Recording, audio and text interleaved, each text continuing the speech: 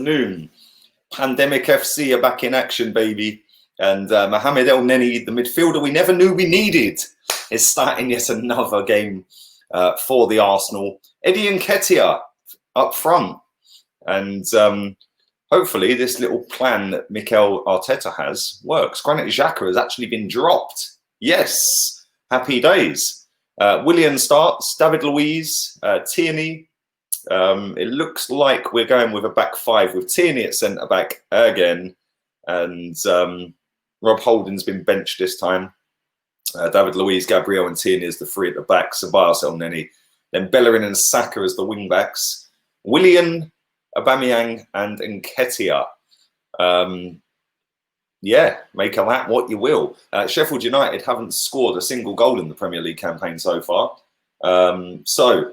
No doubt they will turn into a prime 1970s Brazil today and bag goals for fun, because that's how we rolled at Santa Claus Arsenal Football Club. But 24 hours, just over 24 hours to go to rectify all of these issues, get out some of these dross players and get some proper ones in. Are we going to do it? Probably not. So yeah, that kind of sums up what we're dealing with this season, and might as well buckle up. No point moaning after tomorrow. We might as well just get on with it and enjoy the ride. It's going to be a bumpy one. It's going to be car crash football with Mohamed El Neni and Ceballos, or Mohamed El Neni and Xhaka as a double pivotal season, home and away. Let the banter ensue, baby. It's going to be hilarious. I can't lie. It's going to be. You're just going to have to laugh, otherwise you sit there and cry. But yes, it is an hour till kickoff. Sam is going to join me. All the real ones that have been on this channel a long time know who Sam is. He will be here very shortly. Chiggy Chig, my partner in Arsenal streams, will be back again. He's coming soon. And big up the McManus. Be excited. Everyone should be excited. Mohamed El Neni in midfield, pulling the strings. Mohamed El Neni is reborn under Arteta. I've seen people actually genuinely tweet that. He is reborn under Arteta. Wow. But there you go. Big up the wifey. That wasn't the lineup I was expecting. Well, listen, babe, if you expect nothing, you can't be disappointed. I expect El Neni to start most games this season. I said it during pre-season. The meltdown that everyone was having at Fulham when the team was announced. I was like, why are you all moaning? I told you all summer he was going to start against Fulham. It's almost like I can see into the future. And yeah, it's mad. Dr. Viraj, afternoon, buddy. He says it could be a back four.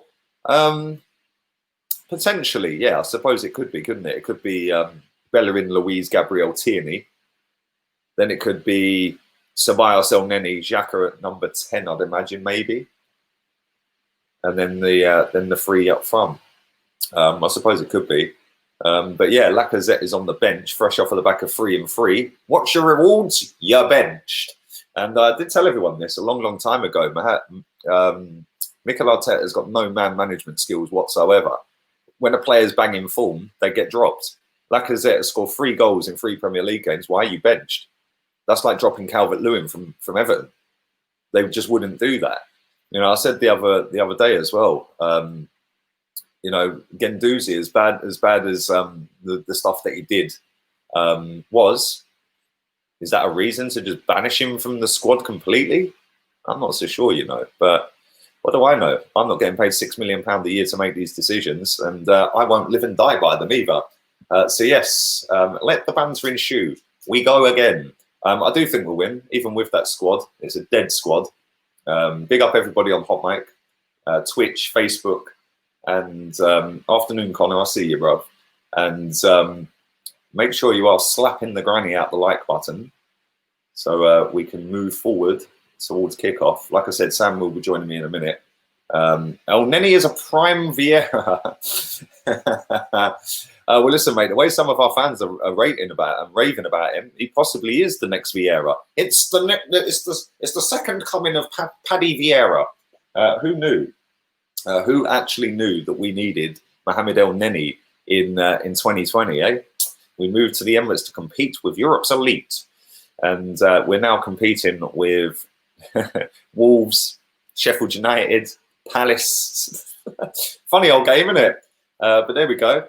And it is what it is. We just have to suck it up, unfortunately, because there's nothing we can do because everyone zipped it all summer. Here he is. Here's my boy. How you doing, man? Yeah, good, mate. Good. You? I'm good, man. Long time. I know. Been way too long, brother. Been way too long. I know you're hard work to get hold of, bro. I swear. Like last time, do you remember last time I said, "Come on," and you were like, "Yeah," and then you went out on a night out. Yeah, do you remember? I did. And then you took me about 3 hours off. You finished and said, "I've just woken up." Still recovering now, mate. Right, to be honest. No, mate. Make sure you got plenty of beer, mate, because we're going to need it with that team. Mohamed El Neni in the starting 11 again. Oh my God, what is that all about? Mad, isn't it? It's crazy. What can we do, mate? We've got 24 hours to sort all the problems out. Well, you know, I was hoping to come on here, lead all positive and in a good shape of mind. And yes, we've got all these new signings. We've got rid of the deadwood, and it's just same old, mate. To be honest, it's just deflating. Yesterday, I texted my mate, go to the Arsenal with quite a lot, and we were just having a bit of a cry about things. Really, I don't know. I'm gutted, mate. I really am. Yep. I think a lot of people had high hopes for this summer, and you know, Mikel Arteta, he's not done too bad, has he? Considering that he's never managed before. To win an FA Cup, I suppose you could go, yeah, well done, yeah. But the fact that he's lied through his teeth for me about backing, yeah, sorry, mate, not good enough. And I've seen so many people. I put this out yesterday on Twitter. I said, would you sack him if he don't get full backing by tomorrow? Because he said he would. The amount of people that have said no is staggering, because he then becomes part of the problem for me. Because now you're shielding the board, you're shielding the owner, which is what Wenger did for a decade. Yeah. Yeah. So it's like, why would you keep him? Like, if I was him and he doesn't get what he wants by tomorrow night, then surely he's got to resign. Yeah, and just out the lot of them. Listen, I need to. Somebody's at my door, mate. Yeah, can you just hold the fort for literally 2 minutes? Is that all right? Just waffle for 2 minutes. I've come at my door, mate. Hang on 1 sec, yeah. Yeah, I just want to see what everyone thinks about the team. Really, then I'm a little bit disappointed with that. Really, is it? What's he doing? Is it 4-4-2? Is it 3-5-2-1? I don't know. It's a little bit. I'm just not sure about the first team, to be honest with you.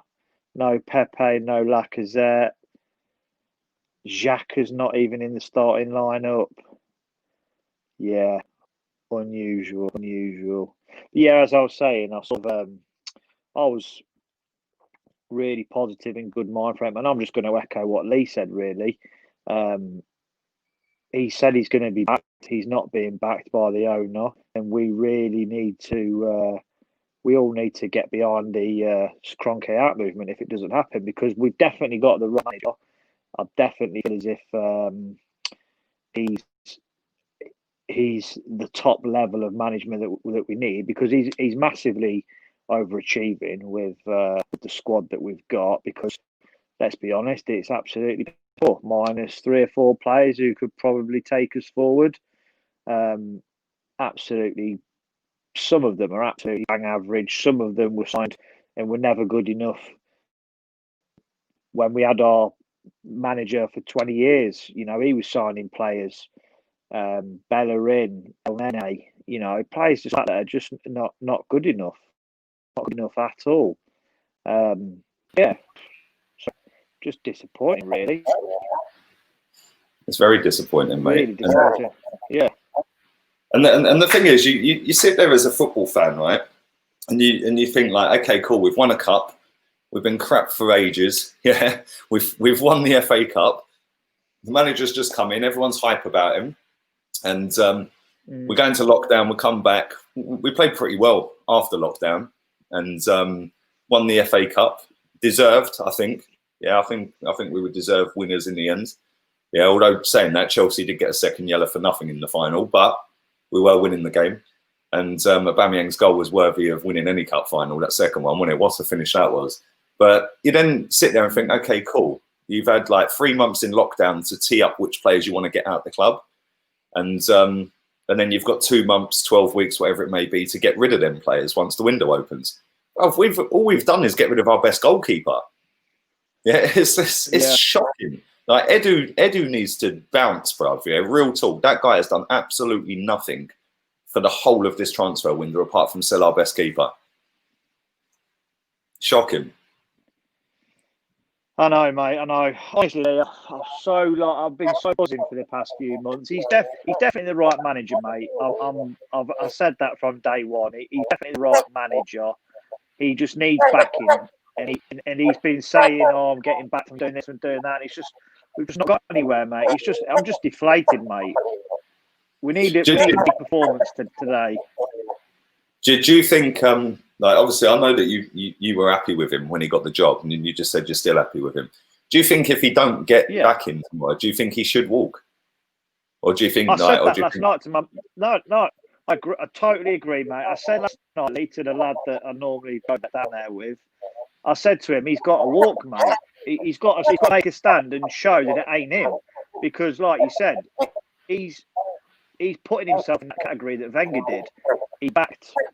He stood up for them all the time, and we've got the money. We do this. We only take exceptional players, mate. It's literally Groundhog Day for this football club. We are here in the same position as we are every single year. And what Gazidis and Wenger did, and to a certain extent, Don Raúl, and they spent money unnecessary on players we didn't need, not wisely, gave people ridiculous contracts, and we're still paying for it now, mate.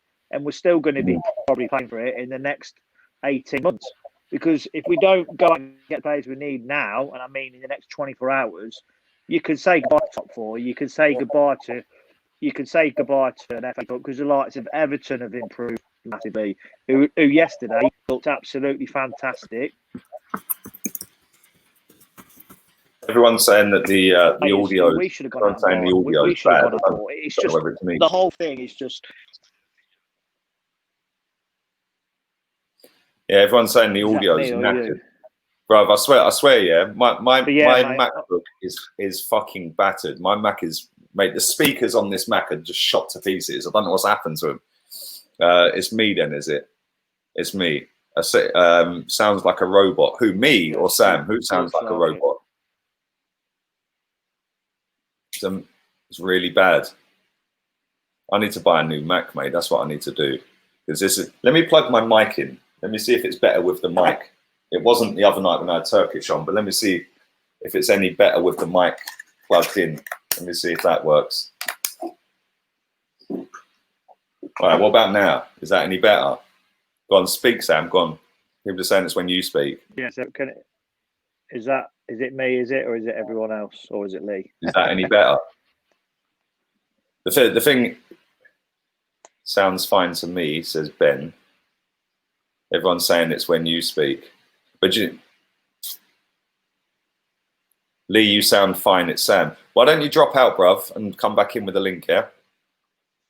Yeah. No worries. Do you know what? I actually think it's me. Real talk. I know when I speak, it sounds fine. I actually think it's me because he's coming through my speakers on the Mac. Then you can hear the echo because my speakers are knackered. I need a better Mac. But he'll come back in. And we'll go again. So 5 a.m. Look at Ibrahim, a real G in the building. Man's woken up at 5 a.m. to watch the Banter Club, you know.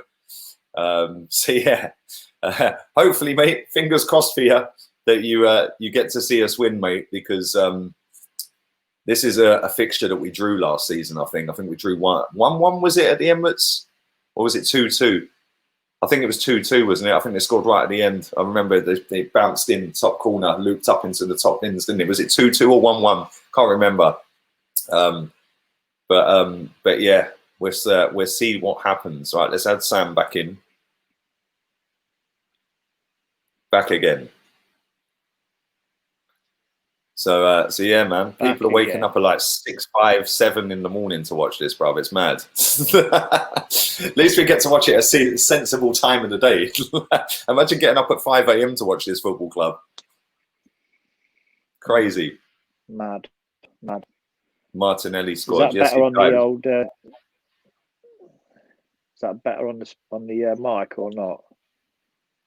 Do you know what? It's my Mac, mate. I'm sure it's my Mac. I told him the speakers are knackered on it. So then when you speak, yeah, it did this the other night. When you speak, I have to have this really down low. So now I have to really concentrate on listening.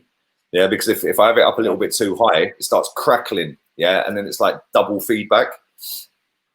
Right. I need a new Mac. That's what I need to do, mate. I need to buy a new Mac. So yeah, we'll get one of them sorted ASAP. Everyone's saying it's a bit better now anyway. So so there we go. Sounds better. There you go. Are you doing a watch along for Man United? When's that? Because I'm doing the player ratings with Chig straight after this. So probably not if it's after this game. But yeah, where do you see us? Like, let's assume we don't get Houssem Aouar, we don't get Thomas Partey. Where do you see us finishing this season? It's going to be a similar thing to last season, mate.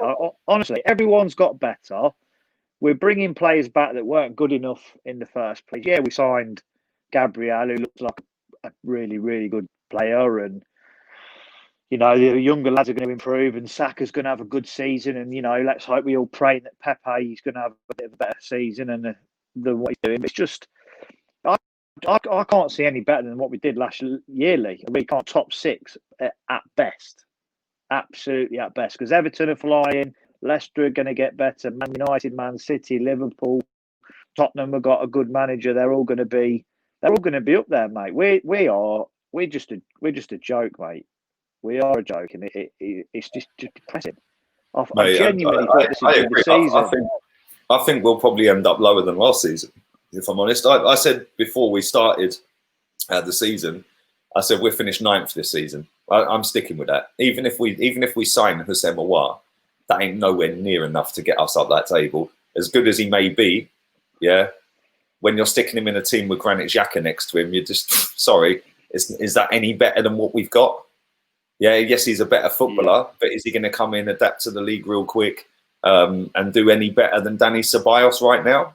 Maybe not. Maybe he will. I don't know. He's a good footballer. But let's be honest, out of all of our fans, how many people have actually watched him in the French league more than once? Probably not many, so they don't know how good he is. Yeah, so I'm saying, I've seen him in the Champions League a couple of times, and now he's the greatest thing. Yeah, exactly. And I've seen him play a couple of times. For me, I feel like we needed Thomas Partey more than him anyway. We need somebody solid in midfield that can win the ball and drive forward. Do you know what I mean? Yeah, I agree, mate. We definitely needed Partey more than him. But you need both, mate. We've got no creativity. We've literally got no creativity in that team. Remember all those years ago when we had Nasri and Riziki? We had about 5 or 6, didn't we? Really creative midfield players. All these players, man. Yeah, we had loads, and we were just like, we've got too many. And now we've gone the other way where we haven't got any at all. It's just real. I don't know, mate. I was so positive in trying to be. This is the turning point now. These 16 years in this shit stadium compared to where we were at Highbury, we're here. This is it. We've got the right people, and it's just back to groundhog square one. It's just disappointing, mate. It really is. Really, really disappointing. Oh, mate, it is tragic. Thank you to Mitchell for your donation, mate. Owners should replace the board for the mismanagement of spending. I 100% agree with that. Listen, I've said for years I don't necessarily think Kroenke's the biggest issue here. It's the board and it's the recruitment team. But now he is the full owner of the football club. He's now got the power to sack everyone, and he hasn't. So he is an issue, definitely, 100%. He's a big problem, and I've seen a lot of people saying that he needs to invest money in this and that. People are forgetting, Like I see somebody say the other day to me, he hasn't put a penny into this football club, blah blah blah. Well, he didn't get given the club for free. It cost him 1.4 billion quid.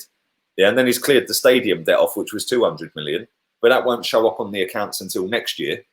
Like, so he has spent money, but people get it twisted, like with Kroenke, because I'm not backing the guy. Don't even think I'm backing him, everyone in the chat. I'm just saying, people get it twisted. Football side, with the football on the pitch, has got no correlation to Stan Kroenke's business side. There's no correlation. We spend what we generate as a football club We've spent £455 million in the last 4 summers before this one. Nearly £500 million, which is double what Liverpool has spent. So nobody can tell me that we ain't spent money, because we have. We've spent more than Chelsea in the last 6 summers, if you add it all up over the 6 years. Everyone's going, oh, Chelsea are buying the league. No, Chelsea just manage their money properly. Yeah, they buy proper players. They activate Werner's release clause like that. We're sitting there for a year going, should we activate Thomas Partey's release clause? Nah, leave it. Leave it. We don't need him. We'll go and get Jorginho instead. What a load of bollocks. It's mad. We will not get a War and Partey. Stop assuming. Exactly, bruv. Listen, we ain't getting either of them 2 players, yeah? I've said it all summer. And do you know what? It got to the point where I don't even want them anyway. I'm fucking sick of hearing their names. Yeah, every day when I'm doing transfer videos and like shit like that, it's like every day these 2 names are popping up. I'm just bored of hearing their names, mate. Houssem Aouar, good footballer, great. How many of you have seen him play 5 games in a row? None. So how do you know he's that great? Do you know what I'm saying? How do you know he's going to come in and fit into Arsenal and be the next Messi that everyone's building him up to be? You know, I see the other day William Saliba yesterday is now being linked with Fulham. Yeah, his mum passed away in May. I didn't know this when I put a tweet out the other day saying that Leicester are signing his partner from St Etienne. I said, I guarantee you don't go in the under-23s. Everyone went mad, bruv, yeah? Oh, he's moving back to France to be closer to his family. Yeah, his family live in St Etienne. Yeah, London is 200 kilometres less distance than it is to Rennes, the club he was linked to in France. Yeah, so how's that closer? It's 200 kilometres further away. Now he's linked to Fulham on loan. It's like, what is going on with this football club? You know, yes, it's sad and tragic his mum passed away in that, but you then want a network around you at the football club. What did this club do? Oh, I'll tell you what, we'll dump you in the under-23s even though you've trained with the first team all summer. Do you know what I mean? How now he's in with a group of lads he don't know. Yeah, mate, it baffles me, this football club. The shit that happens every summer in this club is a joke. That is a real odd situation, that is, for me. I just can't get my head around it. We signed him, loaned him out, and then we brought him in, and now we're going to loan him out again. Is he not good enough? Is that what we're saying? Does he need more time elsewhere? It's a real strange move, and I that was one of the oddest things that's come out in the last 2 or 3 weeks. I just don't. I genuinely don't get that situation. There's obviously something, an underlying issue, and we're not being told about it. I think when we signed him, that was just to shut everyone up. That was oh look, we've signed a centre back. I mean, imagine paying 30 million quid for a 19 or 18-year-old at the time, and then saying, oh, you can have him back for a year. Why didn't we just go and buy somebody for 30 million that was in the Premier League already that could have, for 5-6 million quid more, we could have got Nathan Aki. Like, do you know what I mean? A proven half-decent centre-back. It's crazy, mate. It's crazy. Right, I need to send Chig the link, and then what I normally do is I go through the comments on the Arsenal Twitter underneath the starting 11. Yeah, just to see how many people are trusting the process. We go through the comments to see what everyone's saying. So I'll send Chig the link, and then we'll have a little look at the comments. But it's going to be a long season, man. It's definitely going to be a long season, that's for sure. And we better buckle up, because people are seeing us as top 4 candidates. I don't get where that confidence is coming from, man. I don't get it. No we're no better. In fact, we're actually worse. We're worse than we were last summer because we got rid of Torreira.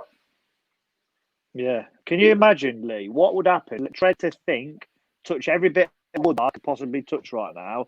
Try to think, if anything happens to Aubameyang, where the hell will we end up? Just say if he gets injured for, say, let's say he's out till January, February, does his hamstring or whatever, does his knee, or it could easily happen.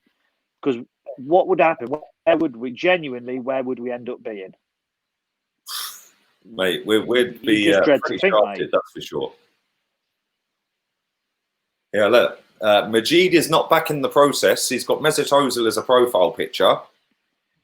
He's got 9,000 followers and elite content only, according to this. But he's now not back in the process. Arteta is actually Emery, man. Well, these people are not back in the process, unfortunately. What's happened? Why has everyone changed? What's going on here? I thought Arteta was the Messiah. It's the negativity, mate, around the non-signings, and it's the non. It just I don't like Lacazette. He's been playing really well recently. He scored in his last 3 games in here or something, and now he's dropped to the bench. Mate, this is what I said. He's in form. I said this the other day, yeah. That I said his man management skills are non-existent. Yeah, this manager. Yeah, we had Martinelli, Player of the Month in January, run the whole length of Stamford Bridge to score. He wins Player of the Month. What's your reward for Player of the Month in January? Oh, we'll see you again in March when you're setting up Aubameyang for a bicycle kick against Olympiacos. Why didn't you play? Then Maitland-Niles was one of our best players at right back. Yeah, Bellerin comes back, you're dropped. Yeah, what else did he do? What's his name? Saka. Saka wins 2nd player of the season after Aubameyang, signs a new deal, benched. Why do we hardly see Saka? I know he's starting today, but why have we hardly seen him? Pepe scores against United, benched. Pepe scores against Brighton next game, benched. Yeah, Pepe plays well in the cup final. He's been benched pretty much all season. Yeah, and it's like I don't get it. Guendouzi, yes, he's young. He's now the villain of Arsenal. Yeah, he's a bit of a player. There's something there with him. If you're that good of a man manager, which everyone told me he was, put your arm around him and say, listen, wind your neck him. You're a kid. Fix up. You can be a good footballer here. Instead, he's just banished him. Mesut Ozil plays him for 10 games straight. We come out of lockdown, banished. Yeah, not that I disagree with that because I can't stand the geezer. But the point is, your man management skills are now in the gutter. You've scored 3 goals, Lacazette, in 3 games this season. What's your reward? Oh, Eddie and Nketiah up front. Like, I don't get it, mate. Do you know what? I reckon I can see, Lee? I reckon if we don't sign it, well, we're not going to clearly 24 hours to go. I've got a feeling that Guendouzi could make his play way back into the team, mate. Honestly. What about Ozil? Because we're going to need him. Mate, you know my feelings on that geezer. Don't want to go down that road. I actually think you dislike him more than me. Yeah, I probably do, mate, to be honest with you. There's no point. He's not good enough, mate. He's not going to improve. He's not been playing at a top level for however many years. He's finished, mate. We should just pay his contract up and get him out. 100%. The circus around it. The circus will completely and utterly end then around that geezer. Look at all this. Look at all this. Look, it's amazing how many people are now Kroenke out again. Where they've been all summer. Look at this. This is on Arsenal's Twitter. Yeah, and the replies to the starting 11. Look how many times we've seen that. Look, it's mad. Where were all these people? Well, it was the same on. It was the same on the Instagram last night. They posted Arsenal Instagram last night about I can't remember what it said. Kroenke out. It was a hell of a lot. But this is the thing that winds me up, Sam. Last summer, everyone was vocal about you just look at.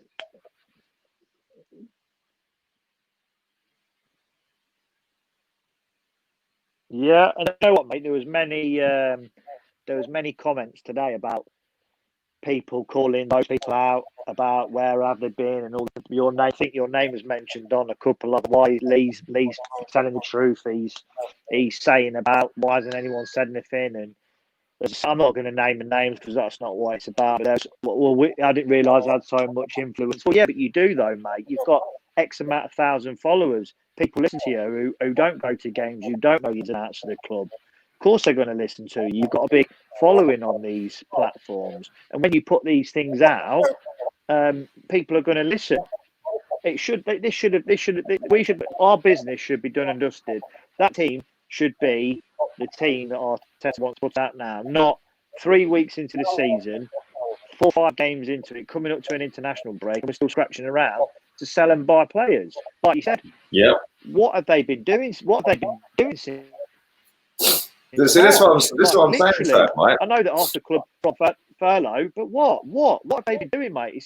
It's just like I was. This is what I was saying about. This is what I'm saying about Edu.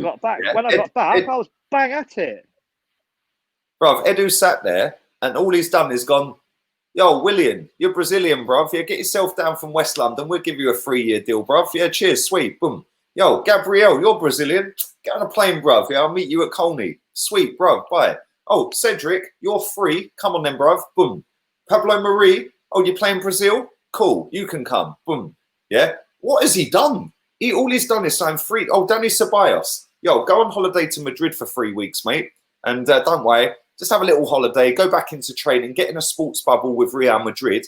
And we'll get you back and you can come and play the next day. It's a fucking disgrace. That guy is a disgrace. He has taken 2 million quid out of this football club in wages, Edu, right? And what has he done? Apart from that, just signing freebies and Brazilians, all he's done is sell our best goalkeeper.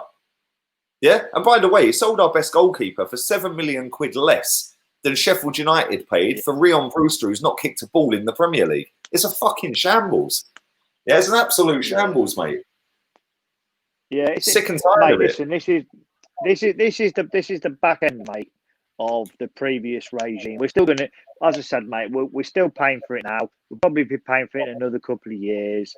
But when Edu was the technical director of football in whatever the fuck it is, I don't know why didn't we go and get like a Monchi or a proper sporting football director? We've gone for the easy option as per usual. We've gone for someone who, he was a sporting director or whatever, he was technical director at Brazil. But that's not what we needed. We needed a real big, heavy hitter with links everywhere and who could do the job. But I'm still trying and again.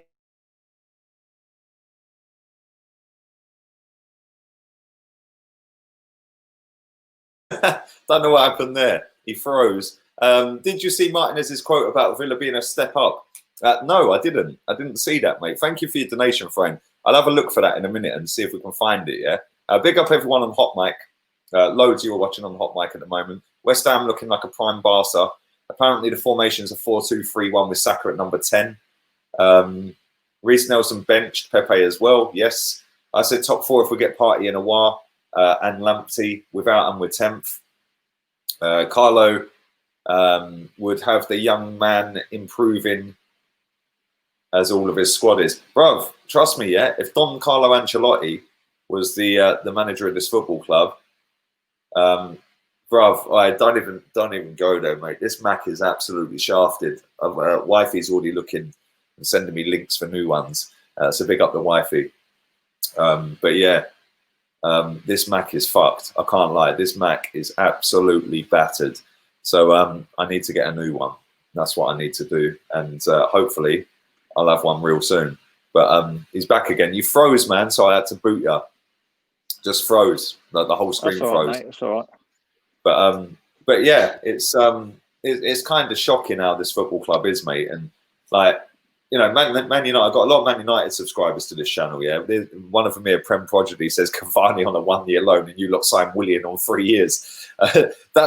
Listen, Man United, I'm not one of these people that sits here and coats off other clubs, yeah. When we get to the top of the league, I'll start taking the piss out of everyone else, right? Until then, I sit there and I think, like, Man United and us, we used to be the best 2 teams in the land, yeah. Right? Every year it was us and them. I think it's tragic. Yeah, what has happened to both of our clubs? They've just signed 34-year-old Cavani. Yeah, they've paid his agent 10 million quid to get him there, right? And they've signed him on a 1-year deal. It's embarrassing how our clubs are moving. We're 2 of the biggest clubs in Europe. They're one of the biggest clubs, if not the biggest club in the world. And we're both moving like fucking Barnet, man. It's embarrassing. It's desperation, mate. That's what it is. It's desperation to please the fans with a signing to say, "Oh, look, we aren't doing nothing. We're still running like it's 2002. Like we are that big club that have the pull, and you know things have changed, mate. You got to pay the money. Pay the money for these players, and you'll get them. Simple as that. People aren't stupid anymore. Right? If you want to go and buy a pair of trainers, Sam, right, and you've got your eye on a pair of trainers. Let's say you want a pair of Yeezys or Balenciagas or something. You know they're expensive, yeah? What are they? What are they? What trainers are they? Yeah, you go, I'll tell you what I'm going to do. I'm going to I'm going to go and get them trainers on that day. So you go to the shop and they're 649 quid, let's say, yeah? You get to the till and you go, actually, I'll tell you what, I'll give you 500 quid. They're going to tell you to piss off. They're 649, mate, not 500. Yeah, so you then leave the shop, you come back in half an hour and go, I'll tell you what, I'll give you 550. Yeah, pay the money. If you want something that badly and you need it in your life and it's going to make you feel better, it's going to make your team better, yeah, and it's going to elevate everything, go and pay the money. Man United used to do it all the time. Man United have gone like that very quickly in the last 5-6 years. Yeah, we've done the same over the last 16, really. We got sold this piss poor dream of needing a bigger stadium to compete with the best in the world. Mate, Sunderland Stadium's bigger than Juventus. Yeah, they're competing, aren't they? You don't need a... Leicester City were competing last season. Look how small their stadium is. Chelsea compete every year. Look how small theirs is.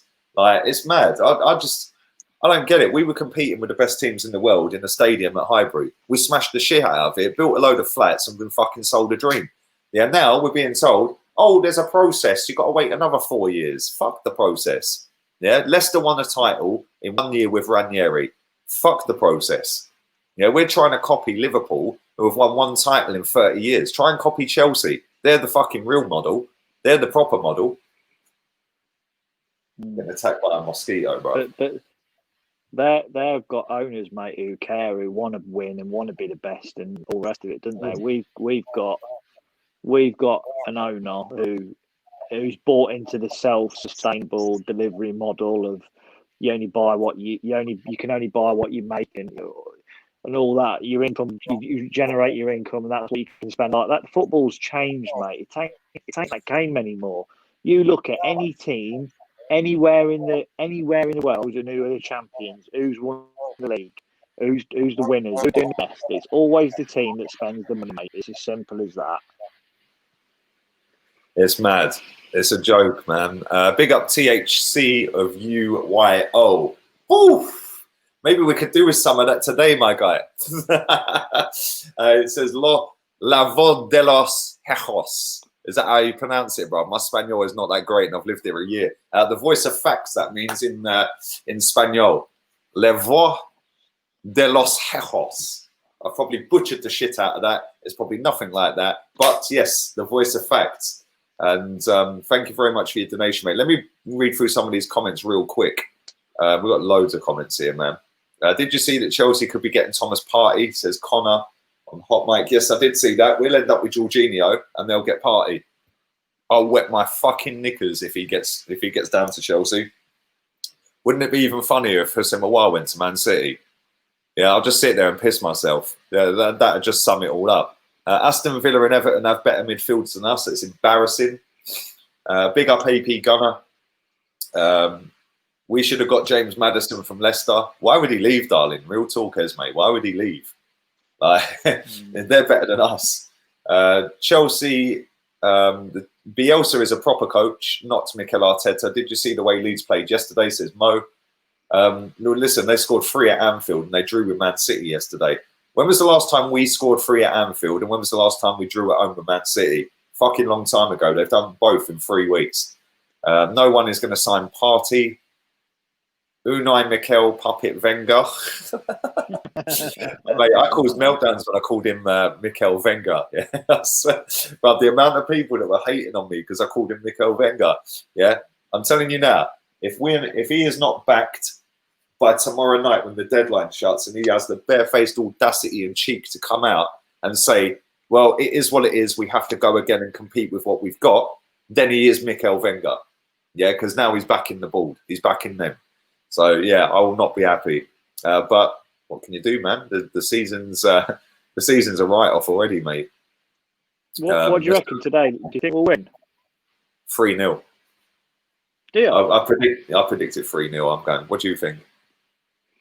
I think it'll be tight. I think they'll fancy their chances today. I think they'll want to try and put his back in it. I still think we'll win.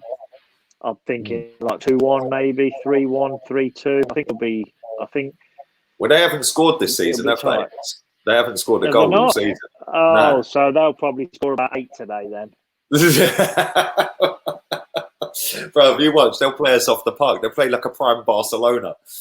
Yeah, standard. Let's just see typical Arsenal, isn't it? We always come up against teams who are struggling for form, who can't score, who don't score from corners, who have a crap goalkeeper, and then we can't score. They score against us. They score corners. They score free kicks, penalties. We just we just don't make ourselves help ourselves, do we? We do it every year. We always give a team their first. Like, do you remember when we played against Palace and Benteke hadn't scored for 3 years or something? Yeah, inside 20 minutes, 1-0 Benteke.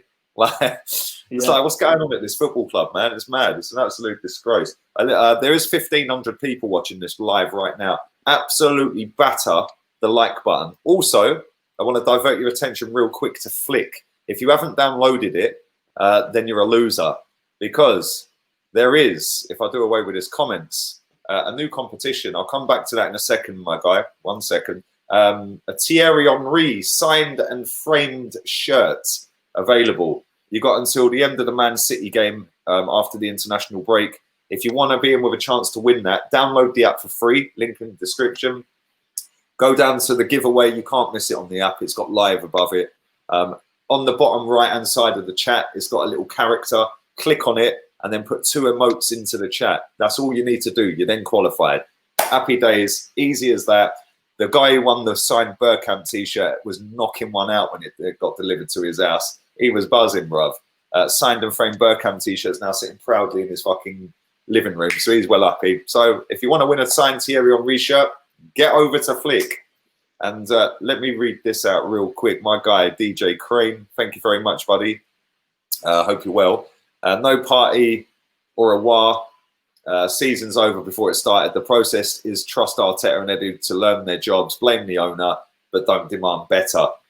There is no process. The process is let's pretend there's a process and pretend we can be Liverpool. That's the process. And the problem with it is I said this a lot in the last 24 hours. Thank you for that, buddy. Appreciate that. I've said this a lot in the last 24 hours. Your Spanish is skank.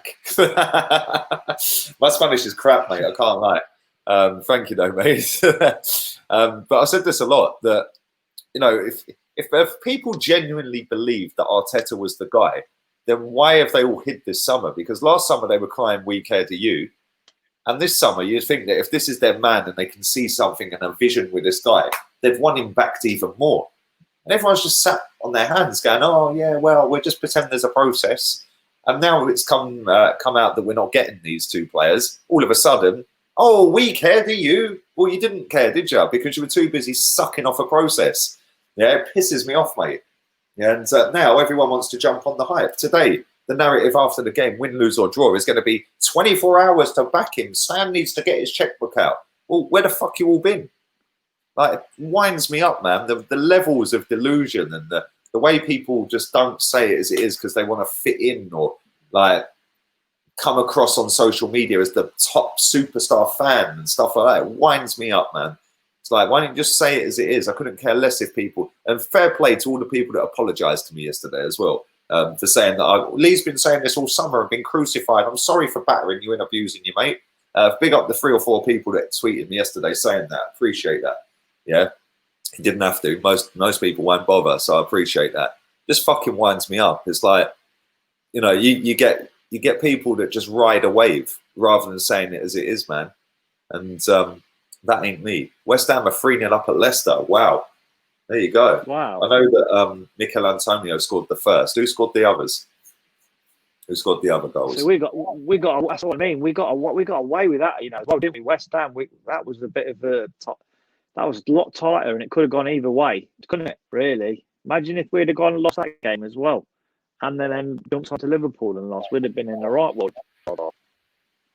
Let me just pin this comment real quick because I'm going to totally destroy Jason G. Gibbons' theory. Look at Chelsea, and I know you watch my show a lot, mate, so I'm not mugging you off if you think that. But you can blame the fans for the lack of ambition at a football club. A football club, it doesn't matter whether it's Chelsea, whether it's Arsenal, whether it's Liverpool, whoever it may be, the football club is a representation of its fan base. Yeah, Chelsea fans don't accept bullshit. Yeah, which is why they get served up decent trophies every season. Yeah, or pretty much every other season, whatever it may be. They're the most successful team in England in the last 15 years. Man United fans accept bullshit. So they get served up Ole Gunnar Solskjaer stinking the place out. Yeah, then they signed Bruno Fernandes a year later, and all of a sudden they've risen up and they got top 4. Yeah, they were winging it last season. Yeah, and fair play to them. They got in the top 4.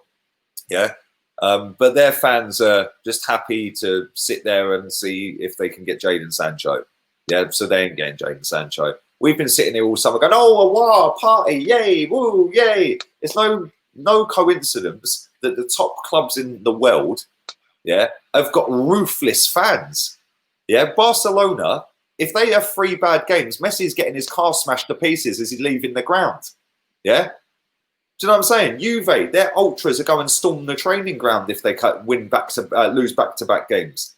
Yeah? Elite mindset as a fan base. Chelsea, right? I remember Chelsea when Rafa Benitez was manager. You must remember this, Sam, yeah? He took over at Chelsea. His first game was City at home.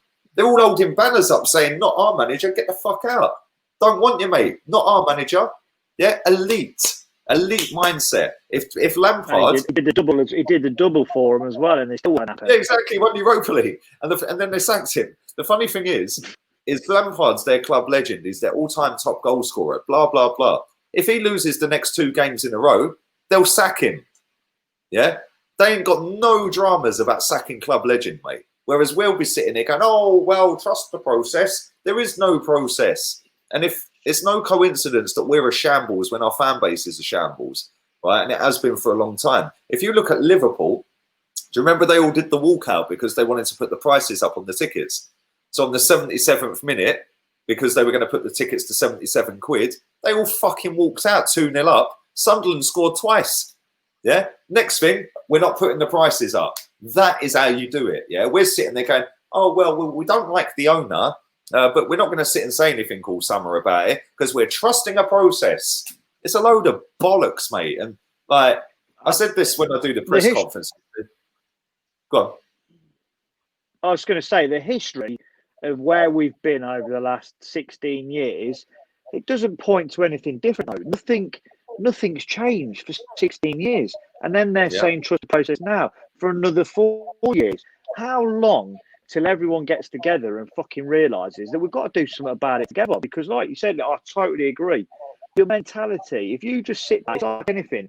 If you sit back and take anything and just keep taking it, nothing's going to change. You've got to say, oi, well, I ain't having this no more. This is bollocks. Yeah. We want to be the best. And we were told this is what was going to happen, and it's not happened. So either you fucking do something about it, or you're never going to get fans in the stadium anymore. Yep. Let me read this comment out from Michael Silvera. Why is everyone going at Arteta? What the fuck is wrong with our fans? I'll tell you why. Because Mikel Arteta, in his press conference the other day, said that the board are backing him 100%. I have the full support of the board and the Kroenke family. He said it after the Aston Villa game when the plane flew above the stadium, saying back Arteta, Kroenke out, which was dumb anyway. Give us your money and piss off is what that said. Yeah. Back Arteta with money and then fuck off. What a dumb message. Whoever thought of that is a fucking idiot, right? It should have been something completely different. But when he's standing there saying that the board back him 100%, he's either been lied to himself, yeah, and they've said that they're going to back him, or he is lying to us, yeah, because he ain't got full support, has he? Because they're not backing him. So at the end of this transfer window, which shuts at 11 o'clock tomorrow night, if he hasn't got full support by the signings in the club, he should resign. And if he don't resign, he can fuck off. It's as simple as that. Yeah, because he's now a puppet for the board, which is why I didn't want him in the first place. Because he's now shielding the board, which is what Wenger did, and which is why we're in this mess in the first place. Yeah, and if he's going to be that puppet and that yes man again, I'm sorry, not for me, mate. Which is why I wanted Don Carlo as the manager anyway. Yeah. But no decent manager would have took this job because they wouldn't have done that. They wouldn't have come in and gone, yo, yeah, we ain't going to get no signing. We'll bring El Neni back. The fans will lap it up because they're trusting the process. And when you listen to his press conferences, I said this yesterday on Twitter, buzzwords, yeah, process, culture, non-negotiable, structure. He constantly says these same words over and over again. they're words that you don't necessarily use in your everyday life, yeah? You're not going to walk around going, yeah, it's non-negotiable, yeah? But now you're thinking in your head, oh, fucking hell, that's something special. That's going to make us better. Structure. You're not walking around saying structure 4 or 5 times a day. Man, saying it 4 or 5 times in a press conference in 10 minutes, yeah? Process. How many times do you use the word process in your day-to-day life, yeah? These are all buzz phrases like entanglement, yeah, that are going to deflect shit away from the main issue and make you think in your fucking head it's something completely different, yeah? Arsenal PR, they've probably got the best PR guy in the land telling them, use these certain phrases because it'll play up to the majority and it'll go, oh, there's a process, there's a culture change, there's a structure, it's non-negotiable. I don't fall for that shit. I've seen my club take the piss for 16 years. What's changed from 2017 when we were at Wembley and we won the cup? The fuck's changed? Nothing's changed. We won the cup then. We won the cup this summer. Whoopie-doo. Yeah, it's great that we won the cup. We were buzzing. Yeah, we're buzzing. But what has actually changed at the football club since Wenger won that cup in 2017? Absolutely nothing. And then 3 years later, we go and win a cup again. And now we're being told, wait another 3 or 4 years to try and compete. No. If he don't get backed by tomorrow, he either needs to resign and out the lot of them, or he can fuck off. It's as simple as that. So I will stick it on him because he's a liar. So I hope that helps, my friend. Sorry for the rant. I think that pretty much clears it up. Well done. Do you know what I mean? I might as well get in a coat now. But it's true, we are 8 minutes from kick-off. Chigs coming in a minute. Are you ever happy, Lee? Yes, I am happy when I'm not watching Arsenal, mate. Weak Wenger allowed the whole idea of being mediocre to become our culture, and all the divas ate it up. Well, this is true, mate. 4th is a trophy, bigger than the FA Cup, apparently. That mindset has absolutely infiltrated this fan base. Oh, get top 4. Let me tell you how this works, right?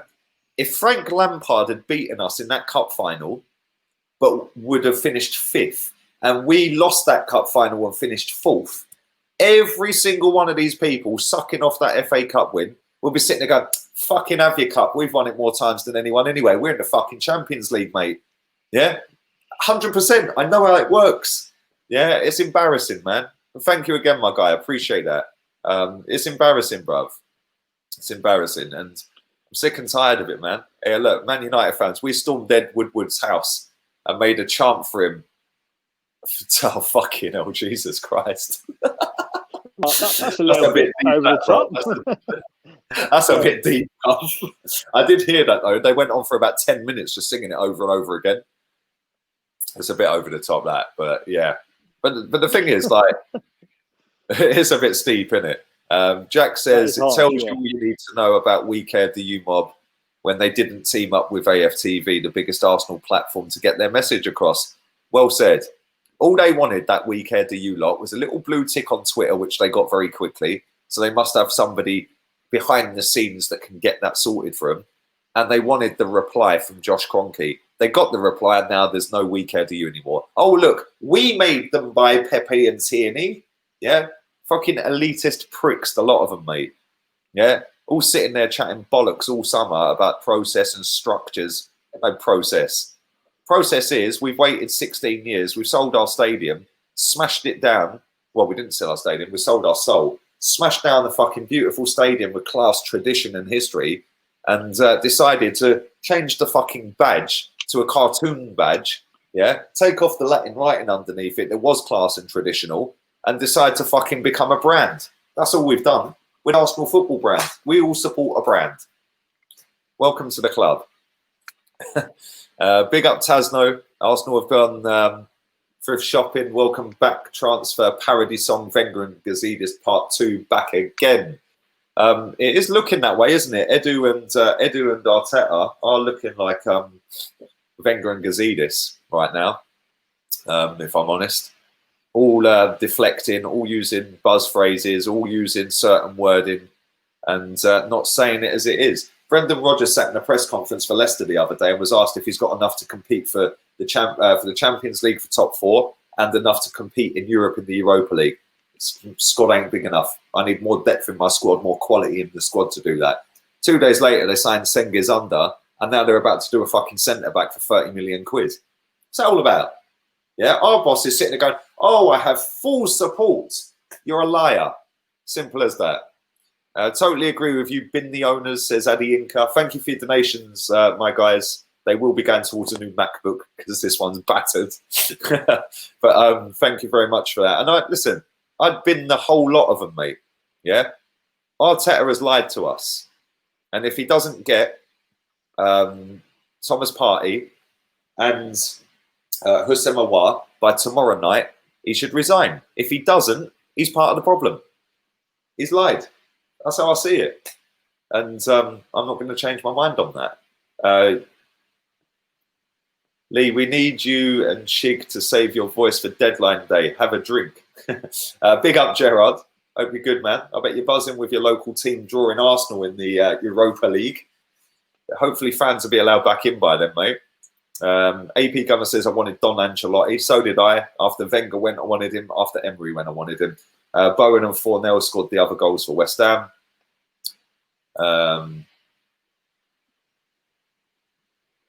Right, let's read a couple more of these. We should employ West Ham's assistant manager. He has a style of play. What is our style of play? Do you think we have a style of play? Because I don't really see one. Park the bus and hope Aubameyang nicks it. That's how I don't get it, mate. Chig's on that Niger time, putting in half an hour ago. It'd be 10 minutes, you know. Yes, they took that off of the badge, mate, because it doesn't appeal to a global fan base for obvious reasons, like faiths and stuff like that, different faiths across the world. And when you've got Latin on your badge, that might not necessarily be everyone's cup of tea. So they took it off. And they made a cartoon badge that my 10-year-old daughter could have done better with, and turned the cannon round the other way and decided to be a brand, and everyone's sucking it up. Chiggy Chig is in the building. I can see her. He's here. Here he is. Let's get him in. Let's get him in. I can't see you now. Look. About my Niger time, man. Yeah, watch this. I can see you now. If we don't buy some top players, I want Arteta out as he's shielding the ball. He is a puppet, not a manager. Reminds me of Terry Neal. Yes. Yes. Yes. I just decided to spot on. Terry Neal FC. I decided to let Sam do the monitoring of the rants this time, that's all. Well, I thought I'll let you be there for that one. I'm usually the one doing that. Yeah. I'm going to go and have a quick cigarette, and the game kicks off in 2 minutes. So do absolutely hammer the likes. There is 1,800 people watching this right now. If you haven't put a like on the video, what are you waiting for? If you want to win a signed Thierry Henry shirt, framed as well, download Flick. It's free of charge. The link's in the description. And you could possibly win yourself a Thierry Henry signed frame shirt. 2 emotes in the chat. That's all you got to do. Scroll down to it on Flick. Bottom right-hand corner, 2 emotes, you're qualified. It's light work. Even a 5-year-old could do it. So go and check that out. I'll be back in 2 minutes. I'll go full screen. I'll take this off of here. There we go. We'll go full screen. I'll be back in 2 minutes, guys, yeah? Yeah, man. Yeah, I'm watching this live, so hopefully no one will be able to fake score us, which usually is the thing that happens. But how you been, Sam? You good? Long time no speak. Yeah, good. You? I know. Yeah, no, not good. Not bad. Not bad. All things considered. Try not to let Arsenal get too much under my skin. Good.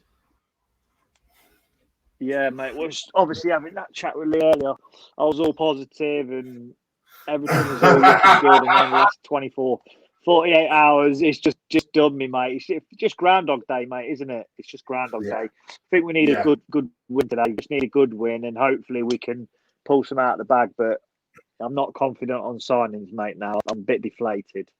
Yeah, it was a blow, wasn't it? I mean, it really was a blow yesterday. Seeing that, and I went into a massive rant on my channel, and I just thought to myself, "Yeah, I saw." I don't even know why I'm surprised anymore. Like I don't even know. I'm not acting surprised. So it is what it is. I still expect us to win. But for the season, if we finish top 6, we've done well. to be honest. That's genuinely how I feel about it. What do you think? What do you think? Do you think we'll win today? Think the score I will think be? we'll win. I think we'll win today. I agree with your prediction. I think 3-1. I think it will be initially quite tight. Keep in mind, Sheffield United got a 1-1 here last year, and they played really well for that as well. But I do think that they are a team where I think they had quite a unique style of play where they had a lot of overlapping centre-backs, which we've never really seen before. Yeah. But now I've noticed that, managers have almost found them out a little bit. And even I heard Mikel Arteta talking earlier this week, talking about how he really was focusing on Sheffield United's style of play, just because it's so unique. Okay. So that kind of gave me some hope of, all right, then. That's good, at least, that you've looked into their style of play. From Sheffield United's point of view, they might tweak things now because they're so low in the table. They might say to themselves, all right, well, let's just make it a little bit more physical, be a bit more kind of ABC-ish with it. So we'll see what happens. Yeah. What do you think of the team? Yeah. Not inspiring, is it? It's just it's the same old, isn't it? We should have had players by now. We should have had new starters, new players of high value being brought into the team, being bedded in and starting now. It's just it's the same. We've got. It feels like a team that we would have put out 18 months ago, 2 years. Yeah, agreed. It's just.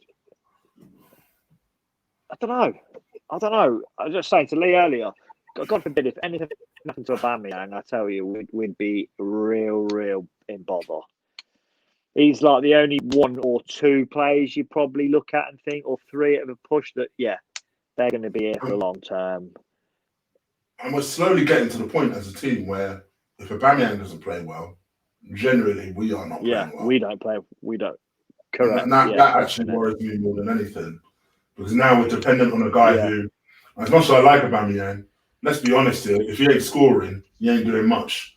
So if we are now relying on him to be the kind of spark of our team always, I do worry for that. Yeah, definitely. I think Saka. I think I've got a big hope and big mind for Saka. I think he'll be a real superstar in the future with a bit of luck. He's one of my favourite players we've got at the minute. He's just everything about him. He's just class. Yes, I'm hoping this season he's going to really grow into that. He'll be 19, 20 at the end of this year, end of this season. He's got to play well because he could still potentially go to the Euros with England. True. If that's the definite way he's going to go down. So he's got a lot to play for this season. I just think he's going to be a real superstar for us. Hopefully, it'll be a bit like the Ashley Cole type. He stays with us all through rather than leaves us the last 5 or 6 years of his career. I'm hoping that we get a few coming through now. I've always liked Willock. Last time I think we spoke, he's still one of my favourites. Willock. Still like Willock, yeah? There's some good young lads in there. Yeah, mate, love him, mate. Love him. He's at that age now where I think he needs to play week in, week out rather than being dipped in and dipped out. I think he needs 15, 20 games under his belt, continuous. A good run. I'd love for Willock to go on loan. Like you say that, I think you're right. I think for me, I'm not a big Willock fan. I'm not even going to try and pretend like I am. But I think you are right. I think to see what he's actually made of, you need to see him play week in, week out. He's not getting into this team week in, week out. So would a loan best serve him just to see what sort of player we actually have? Oh, my. Oh, David Luiz, flipping heck. Sorry. Yes, okay. Yeah, no, I just think he needs a big run, mate. Really do. There's definitely a player in there, mate, I think. Definitely a player. But it's just same old, isn't it, Chig? It's just disappointing. We're at the same. It just feels like I feel like this conversation we could have had the last 10 years. We get a little bit hyped. And then we lose a bit of like enthusiasm because we've not got what we wanted over the summer. We're waiting lastminute.com. We probably will sign someone tomorrow, but it won't be the players that we want. It'll be Jorginho on loan. And then we'll be told that we need to be excited for that. It's just like Jorginho. And you know what? I don't get it. I don't get that, and I don't get the Ceballos loan bringing him back. I just don't get it. I don't understand what's the point in having for another year. Yeah, That should have been we buy him now, or we go the other route. It's so frustrating. Yeah, 100%. I've had a mare because, well, I say I've had a mare. Vodafone, I know you're watching this because they all watch, right? The game's on Sky Sports main event, right? And with my Vodafone contract, I've got Sky Sports mobile app, which has got Sky Sports main event. So why am I watching Wolves instead of Arsenal on it then? Like, what's that all about? The game's on main event, but on my phone on main event, it's the Wolves game. So now, I'm watching main event live. It's the Arsenal game. Yeah, if I go to my Sky Mobile app, it comes up main event, full Super Sunday, Wolverhampton Wanderers take on Fulham. Then after that, it's Man United. What's that all about? We've got 2 players marking 3 here. This is just ridiculous. I don't get it. So now I've got to sit with my iPad and try and find a stream. Right, guys. Actually, I know what I can do. I downloaded right, Live guys. Player. Thanks for the hourly. Much appreciate it. Say again, mate. Yeah, so cheers for the invite, Lee. I'm going to go and watch the game now because I can't watch it anymore on here where I am. No, go on, I'll go and do my bits and then I'll come back in a minute. Come back after the game, man. Anytime. You're welcome always, bruv. Yeah. Enjoy the game, man. Yeah. Thanks for coming. coming. I'll watch the game and I'll text you both and ask for no. That's all right. Yeah, anytime, cool, man. mate. No, that's Anytime. sweet. I'll pop Nice that one on for the coming. game. I appreciate it, man. Always welcome, Take bruv. it easy, all. Don't forget, smash that like button. Exactly. 1,400 people. Thank you, man. Bruv, last time he said that he wanted to come on there, I was like, bruv, you can come on whenever you want there. And then he texted me about 3 hours after the game finished and said, bruv, I went on a mad one last night. I've only just woke up.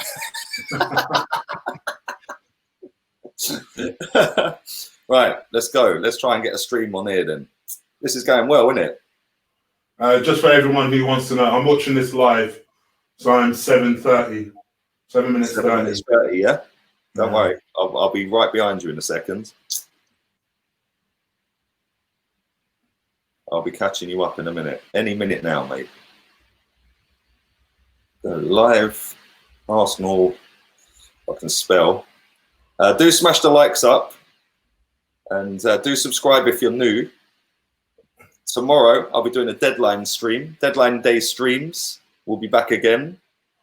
And my phone is having an absolute disaster. Bruv, this Mac is battered, bruv. Yeah. I thought it was your audio the other day, innit? Then when I went on with Turkish the other night, everyone was saying the same. And I was like, right. Then everyone's saying it was Sam. I was like, do you know what? It's actually me, innit? Yeah, it was because it could have been because obviously I was in the holiday homes and the internet was poor in the holiday home, so I didn't know if it was me or not. But then when I saw it with Turkish, I thought, okay, it's definitely something to do your laptop. Maybe it's just interfering with the audio. It's the speakers. That's what it is. The speakers are shot to pieces, mate. Big up, everyone's loving Sam. Big up the footballing hero. Respects.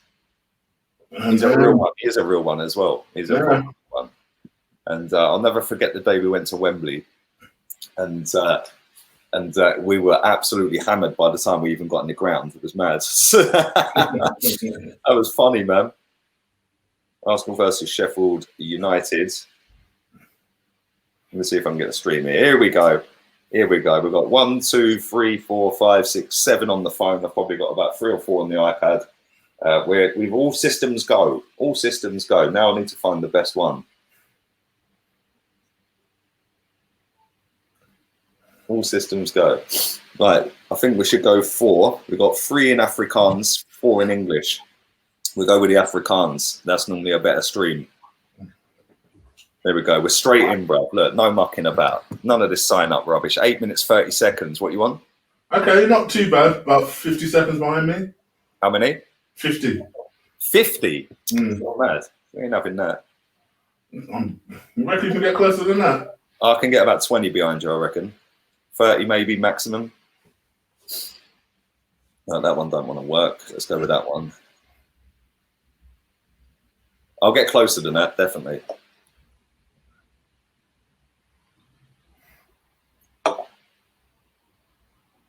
I feel like Rickard lies about where he is in matches. So I think to myself, how are you in the UK and always 8 seconds ahead of me? And I'm watching this live. Oh dear, oh dear. This is going really well today, isn't it? Fucking hell, man. I swear. My phone's having a disaster. I can get a Sky Go login if the worst comes to the worst. That's no.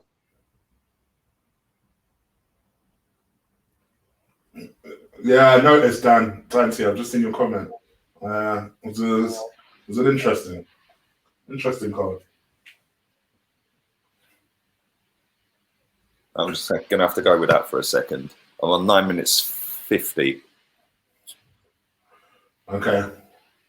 For people who telling me I'm not live, like they're here or something, but Yeah, you're watching it on TV. I'm live. You're getting my message late. That's all. But I'm live. Do you know what I think it might be? Because there's a delay on YouTube. Do you know what? Yeah. There's a way to change that as well. Before you go live, I'm on low latency. Yeah, you can go high latency. Then I've put it on low latency. Yeah, if you put it on ultra low latency, yeah, you're the time difference between streaming and it hitting YouTube applications, is a lot less. Is it? Okay. Yeah, I forgot to do it today. I keep forgetting to do it, but somebody told me that the other day. So I was like, okay, stick it on ultra low latency and it'll be less of a delay.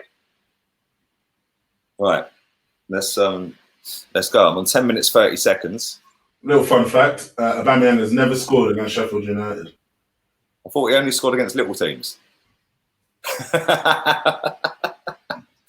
He'll score today. He'll score. I've got him down as the first goal, mate. I've gone 3-0. Yeah, we're in here. Go on. 10 minutes 40. Oh, that was unlucky. Right.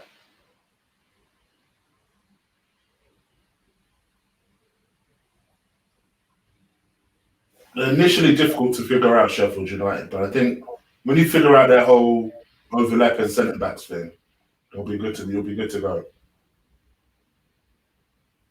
English football. Go with that. What do you think to West Ham slapping up? Hey, West Ham are quietly going about their business. Have you noticed that? Well, they're doing all right, aren't they? For a team in odd results here and there. They're quietly doing their thing.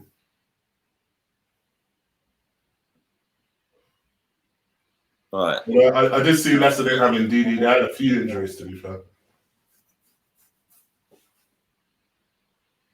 Is this one going to work? If this one works, then that'll be a result because this is over 12 minutes now. It's froze that one. Come on. I've still got it on that, but come on.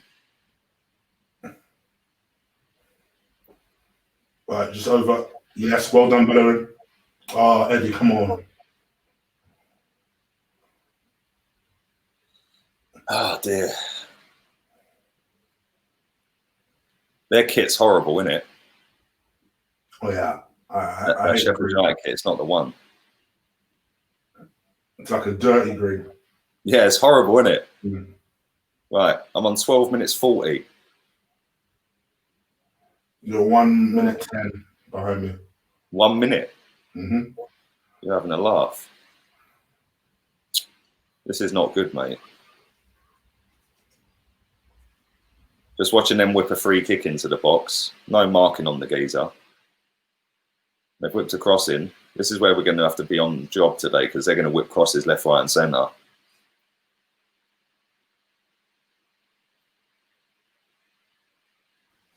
I'm watching on AU Sports, which I'm assuming is Australian Sports HD1. Okay, you might be like Australians are usually on point with their feeds. Our defending is shocking. Did you see the Louise chance that you almost gave away? Our defence is just a joke, isn't it? Do smash the likes up if you haven't already.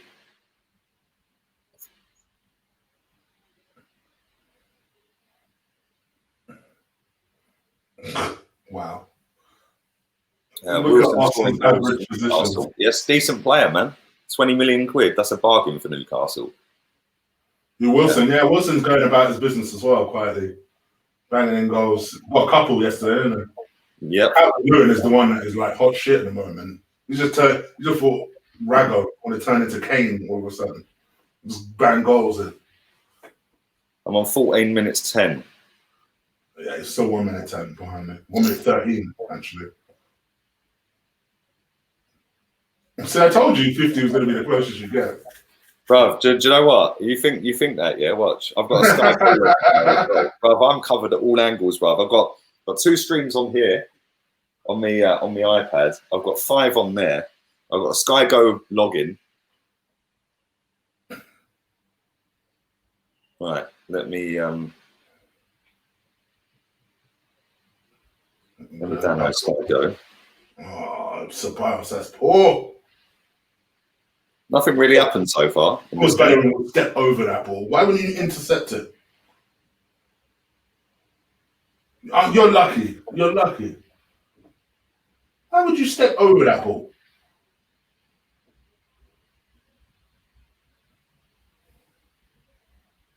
Do you think we're going to sign anyone tomorrow, Cheek? Jorginho, maybe.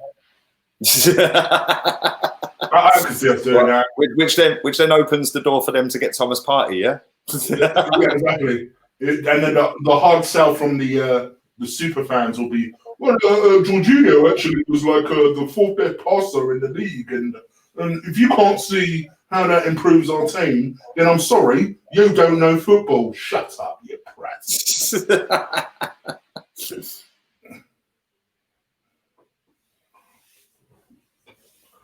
Oh, we're so terrible now. I will say this.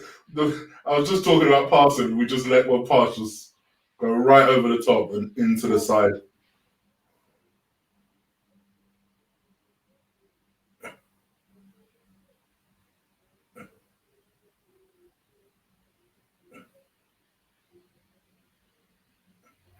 Has Zoolander touched the ball? He has. I've seen him touch the ball at least once.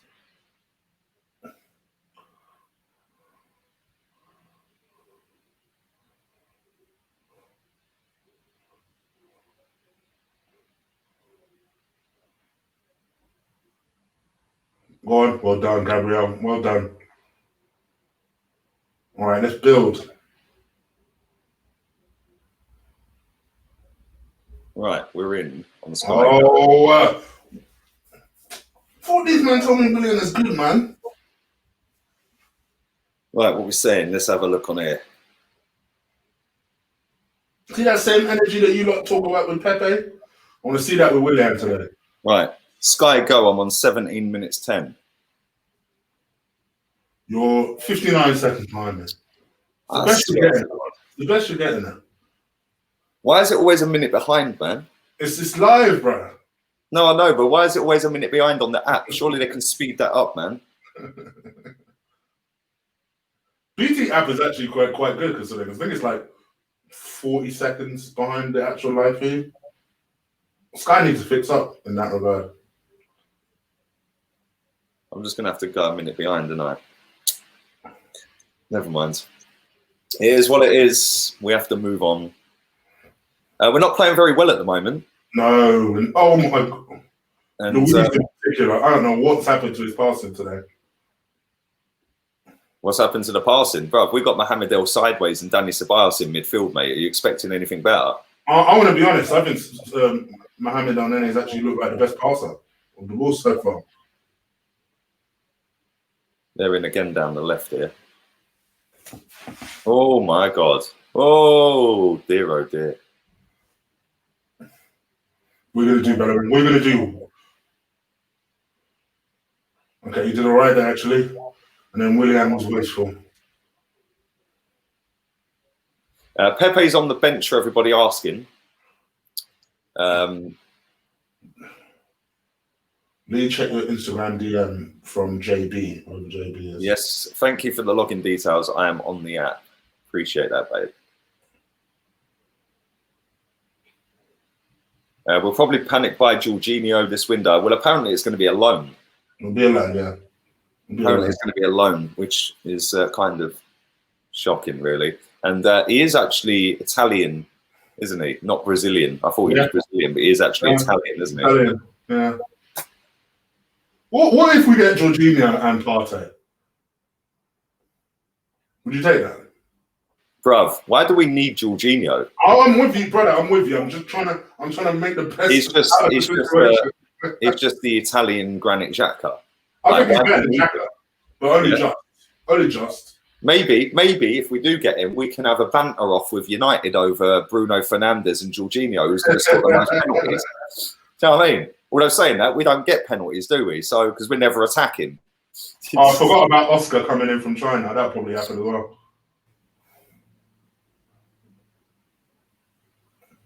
Oh, Bellerin, you ain't good like that, man. Relax.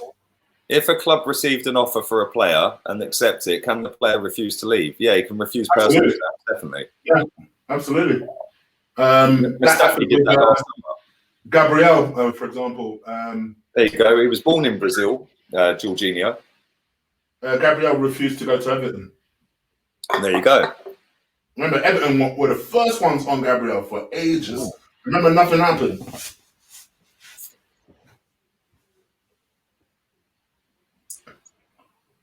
Brazilian DNA, but it's Italian.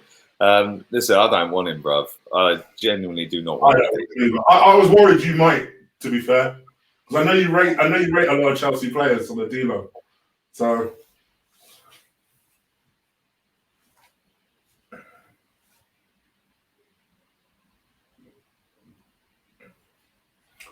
Awada refused. We never agreed a fee. No, exactly. So Awada was different. Afternoon self-made. Afternoon everybody watching live. I hope you're all good.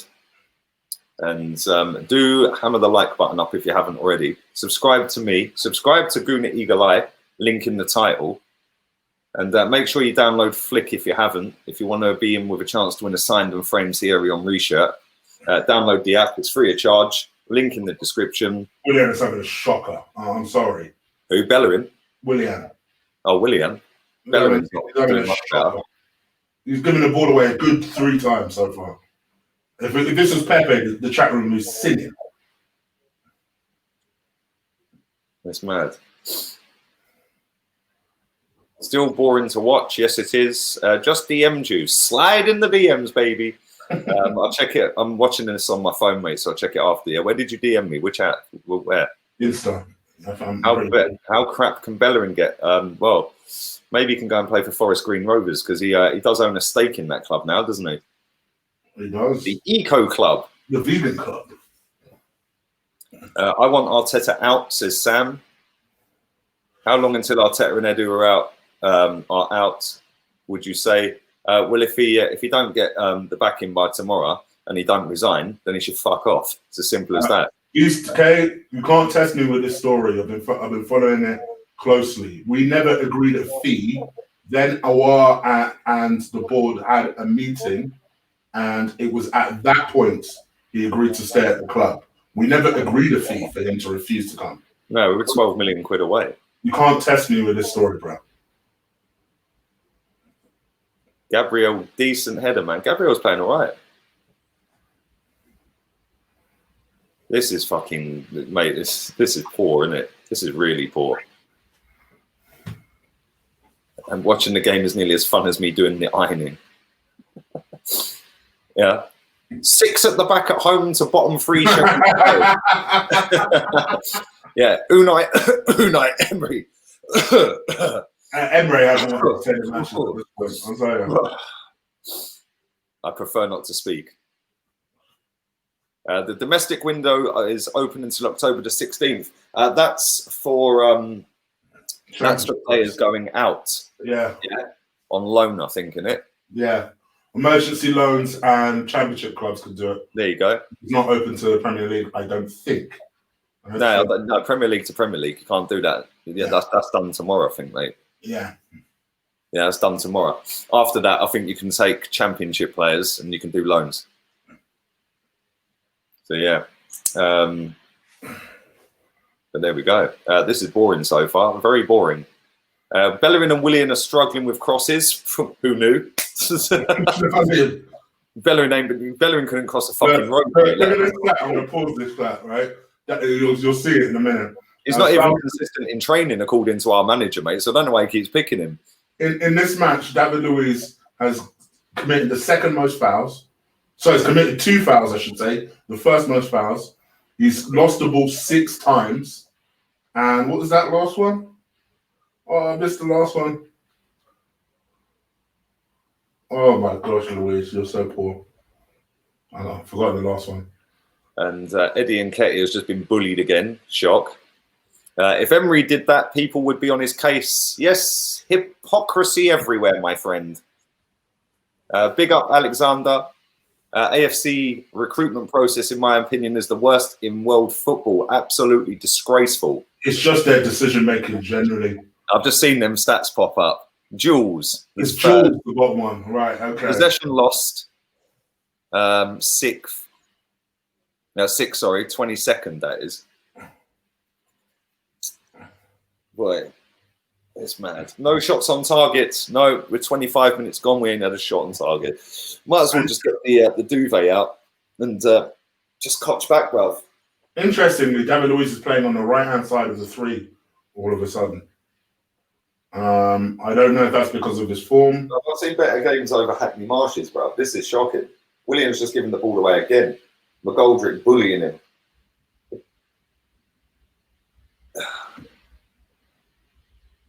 And if our manager genuinely thinks after this window he can come out and say, oh, yes, well, we're competing anyway. We've got a good enough squad to challenge to get into the top 4. We want to close the gap. Yeah, then sack him. Simple as that. I did tell everyone in December, Chig, before we even signed the geezer as our manager, he will become a puppet for this football club. And it is sadly looking the way. Thank you for that, Alex. Appreciate your donation as always, buddy. We've alluded to it for some time. I think people just assumed that Arteta's football was better than Emery's because of the fact that he was coming from Pep. It was like, well, when you actually peep it, actually Emery played better football. Yeah. We conceded loads more goals, but guess what? We were fucking dangerous going forward. Yeah? Bro, we scored 7 against Valencia. Yeah? We were slapping we slapped 4 past Tottenham, slapped up United, done Napoli home and away. We beat Man United, we beat Chelsea, we beat Tottenham, all at home. We drew with Man United twice away. Yeah, under Emery. Yeah, we drew with Liverpool at home. What a cross from Tierney. Oh, that was a great cross. Bend it like Beckham. And slapped up Fulham 5-1 away. We've got our Arsenal back. We've got our Arsenal back. And everyone's sucking off 3-0 against Fulham the other week. Well, Aston Villa did exactly the same. Mm-hmm. Yeah. Do you know what I'm saying? Bro, people are just riding a wave, my friend. I told you this. Yeah, we know this. Yeah. We are not playing better football under this manager. We still don't have a style of play after 10 months of him being here. 2 transfer windows and a pre-season. And the thing that was always levelled at Emery is he doesn't know his best team. Does Arteta? No. That would be my question. How can you drop, and this is what I said the other day, yeah, that his man management skills are in the gutter, right? How can Lacazette, we've had no shots at all. Yeah. Not even 77%. Oh, is that a shot? Does that class as a shot? No, I think that might class as a shot from Eddie's header. Yeah, I think so. Lacazette scored 3 and 3. It took him 9 games to score 3 league goals last season. Yeah? He scored 3 and 3. Why are you benching him? Why are you benching him? Why not? Like, what are you saving him for? There's an international break and he ain't an international player.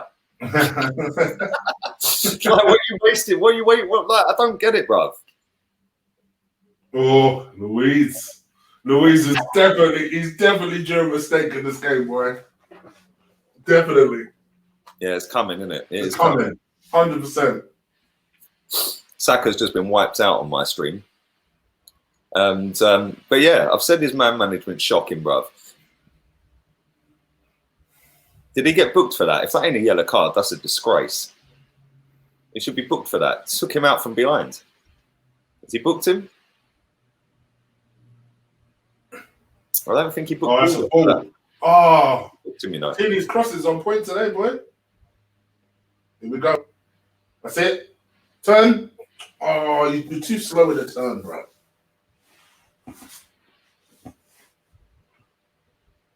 I think between Tierney and Saka, they're trying. They're interacting with Aubameyang quite well on that left-hand side. Mm. Yeah, they're miles better when they play together, aren't they? Journalists should ask Arteta if he's going to win the Premier League or the Champions League in 4 years, because Klopp told us he was going to do it and he won them both. Well, Arteta said he wants to win the Champions League in the next 3 years. Well, he better fix up, because if we don't get top four this season, then next season he needs to qualify and win it in the first season. Yeah, ain't happening. Fucking storyteller. Yeah, I've just seen that Tierney cross. Woo! That was a bad boy cross. And that's why you don't play him at centre-back, because the boy can cross a ball. Yeah, I must admit, I started him as left wing back myself in my preview. Do we have a game plan? No. The game plan is sit back, put 7 men behind the ball, and hope Aubameyang bails us out, bruv. It's the same every week. Why does Aubameyang never play as a striker? Because this Eddie Nketiah experiment's more important. It's true, isn't it? We've got one of the best strikers in the world playing on the left wing. Would Jamie Vardy play on the left wing for Leicester? No, he wouldn't, because he's a fucking striker. Yeah, and he's their best striker, one of the best in the league. He is the best in the league on last season's form. Yeah. In fact, he bagged a hat-trick the other day against City, so he's probably still the best striker in the league on current form. And he does not play on the left wing, does he? No, because you play your best striker. Oh, yes, as a striker. Really ain't difficult. And there's no coincidence, right, that we score hardly any goals since he's gone to left wing. When Emery was our manager, him and Lacazette used to play up front together. Yeah. Yeah, how many times were they up front together? We used to score loads of goals, man.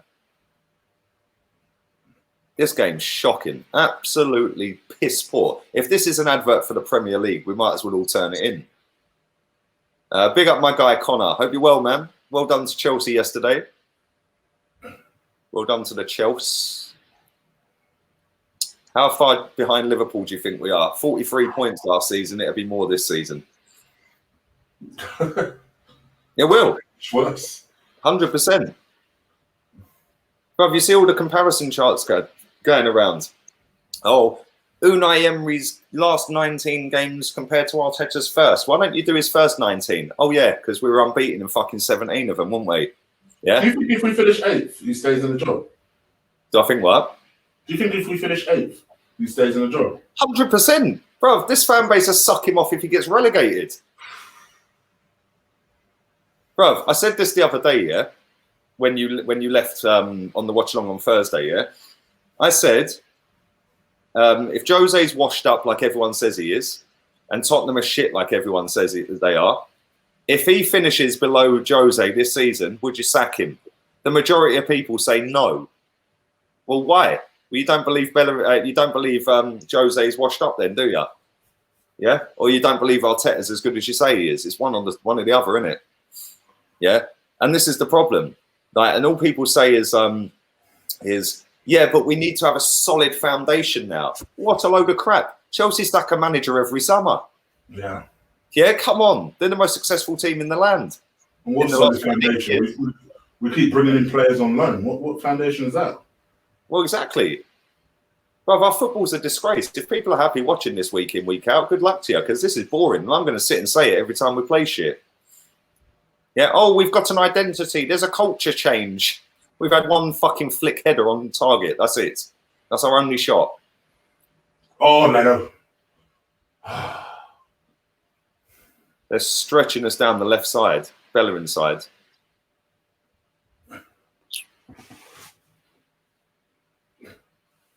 Guna Kyle says, to be honest, Unai Emery played better football Unai Emery's better than Arteta, as Emery got us to Europa League final and finished 5th. Look at the players as well. Yeah, look at the players that Emery had in that squad. Yeah, and compare it to what we've got now. Welbeck, Cech, Monreal, Lichtsteiner. El Neni was starting every game. Yeah, like who else was there? Welbeck. Who else? Monreal, Koscielny, Jenkinson. They were all in the squad for Europa League. I'll tell you, Sheffield United are on this team, you know. They were all in the squad for Europa League final. Every single one of them. Yeah. But apparently he left the mess. He's left the mess. Yeah, he left you Pepe and Tierney. Leno's punching again. Well done. And then they might have a knock. Which means Granit Xhaka will come on the pitch. That'd be it, wouldn't it? We missed Granit Xhaka today. Oh my gosh. Come on, Black. Come on, Black. Just in about 15 seconds, you're about to see something between Leno and Luis. That's all I'm going to say. So this is the process. Bollocks. Big up, Jez. Hope you're well, mate.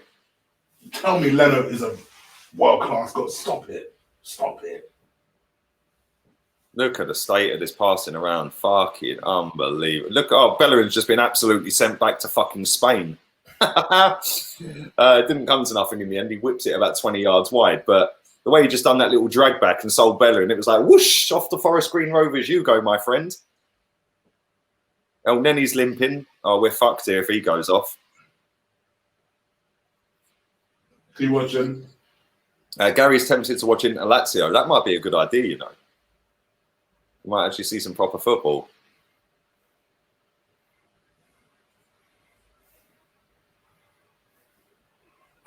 Capitalize. Go, go, go, go. Oh, Bamian. This is shocking, man. Seriously.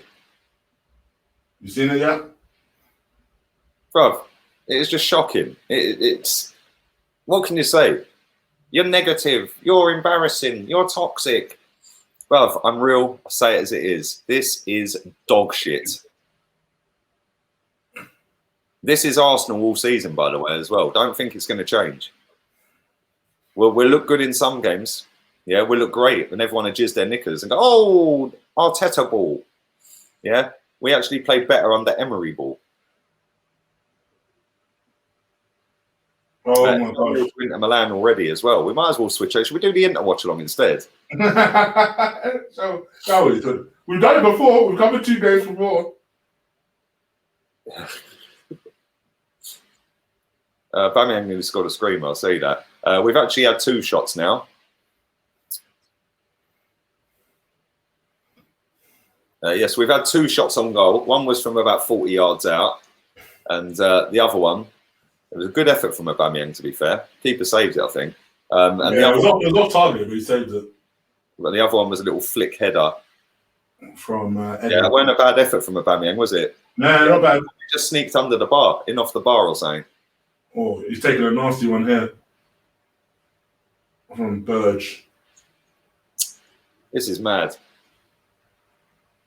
Bellerin's just been absolute. Don't ever tell me that Bellerin's got pace. Yeah, whoever that number 14 is, yeah, for them, has just absolutely blitzed him down that left wing. Aubameyang is down. And could be our season right here.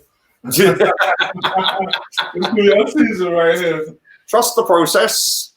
We care, do you?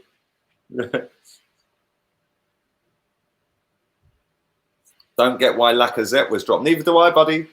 Oh. I've just seen that Sander Berg yellow card.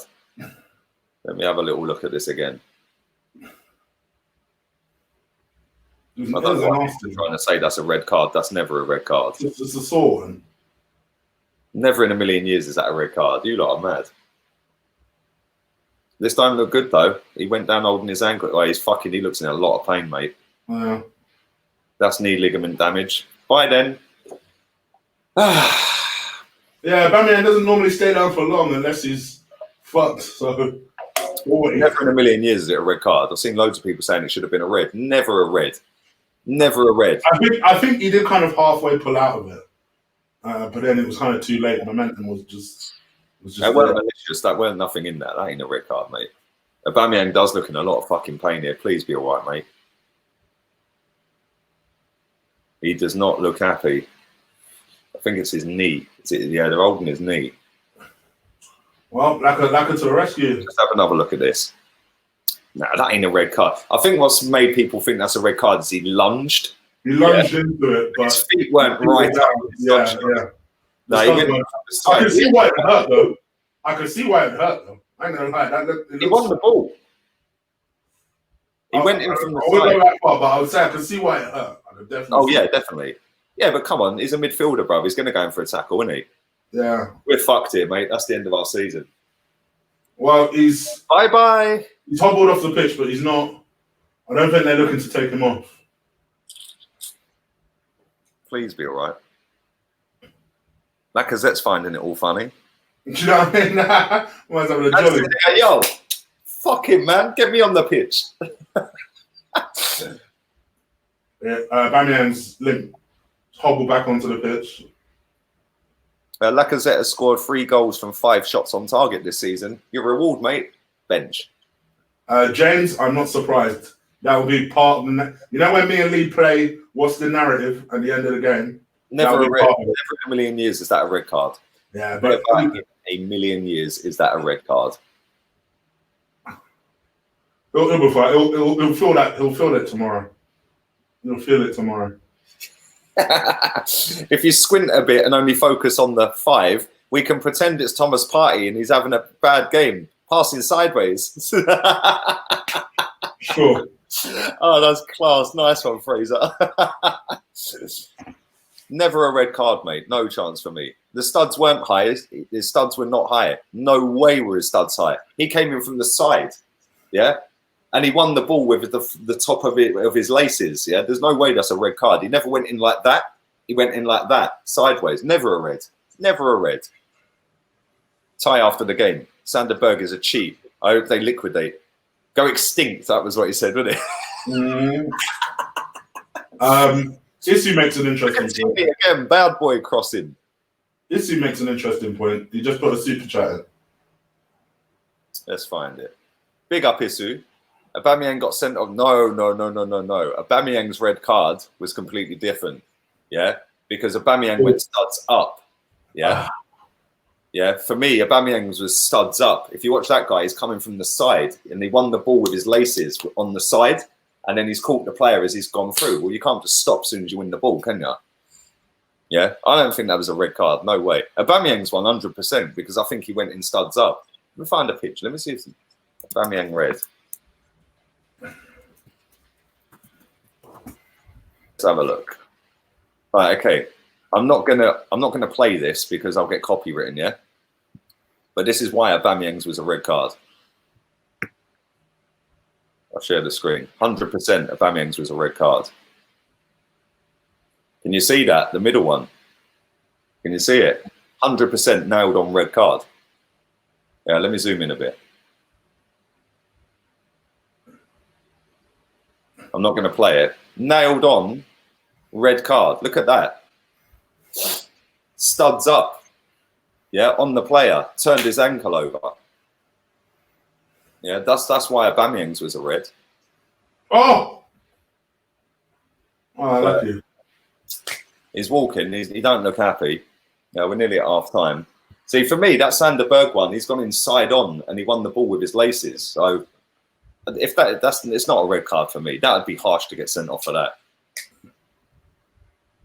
Can you ever? Thank you, man. Can you retire from supporting a club? You can. Who would you support, Gary, if you couldn't support Arsenal? I see budget music in the chat. Big up yourself. I said before, it would be Haringey FC. They're my local team, and my I got to support Malaga, you know. Do you know what I mean? My expectations, I'll tailor them straight. Don't need the stress. Malaga this season. At least I get to see Messi in full action if I can go back to the games. Yeah. Aubameyang trying an overhead kick. He's okay. He's back up and running. I don't know why he's got gloves on. He's had a fucking mare with that. Short sleeve shirt with gloves. You are a pussy. Why is he doing that? He tried the bicycle kick and nearly executed it as well. Thank you, Isu. Appreciate that, man. But for me, not a red card, man. Not a red card. No chance. Ty will say it's a red. Probably. Can someone tell me what Eddie is actually doing? Nothing, which is why Leeds didn't start him in games, mate. What's the score? Actually, don't worry, I already know, says Graham. If Aubameyang gets injured, we're doomed. And that's how fine our season is. That's how close our season is, mate. It's literally hanging on a thread with Aubameyang. Ticking over to 45 now. 1 minute. This has been the worst football I've seen for a long time, you know. Yeah, it's not great, is it? It's not great. We should have stayed at Highbury. What is the point in moving? As we were meant to be competing. The Border Liars. Yep. So is our manager as well, mate. He said that he was getting backed. We've all been lied to. Willian is Mickey in disguise. I prefer well, this would definitely cure insomnia, wouldn't it? I prefer not to speak when it comes to Willian. Said this, yeah, you did call it. But do you know what's funny? Is Turkish said it after the Fulham game. Yeah, do you remember he said? Yeah, or no, before the Fulham game, he said on the fan cam, didn't he? I think it was the Community Shield. He said, "Yeah, Willian, not good enough. We'll get one good year out of him, and he'll stink the place up for 2 years." Bruv. When we then played Fulham and Willian played well, the amount of stick he got, and that's how reactionary people are. Where are them people that were giving him stick? Yeah, where are they now when he's dropped stinker after stinker after stinker? People think that Mkhitaryan did the exact same thing in his first game. Hat-trick of assists on his debut. 3 hat-tricks of assists. And look at his career since. Made this Aaron Ramsdale look good. My man's exactly average. Oh, it's half time anyway. Big up, Joanne. I thought I was going on loan to City for the season. Maybe I should go. No, I might go on loan to Liverpool, darling. Why don't we just all... In fact, I'll tell you what we do. Why don't we just all go and support Brentford for the season? Yeah, should we do Brentford watching? Should we make Brentford go big? Yeah, let's make Brentford great again, yeah. Yeah, come on, we'll do a Brentford watch-along. Yeah, let's support Brentford. Yeah, let's just do that for the season. It'd probably be more exciting. I would say be excited. Well, I wasn't fucking excited watching that. What a load of garbage. Absolute dross. Worst 45 minutes of football I have seen in a very, very long time. And that's saying something because big up my guy. Same year as me as well, you know, 82. 80s, baby. The year Aston Villa won the European Cup. Maybe we should all support. Should we support Villa for the season? Why don't we go and support Villa? They got a better midfield than us. It'd be worth watching. Jack Grealish, McGinn, Douglas Luiz, and Ross Barkley. They got our goalkeeper, the best one that we've got at the club, or had at the club. And they've got Ollie Watkins up front, who can actually score goals, unlike fucking Eddie and Ketia.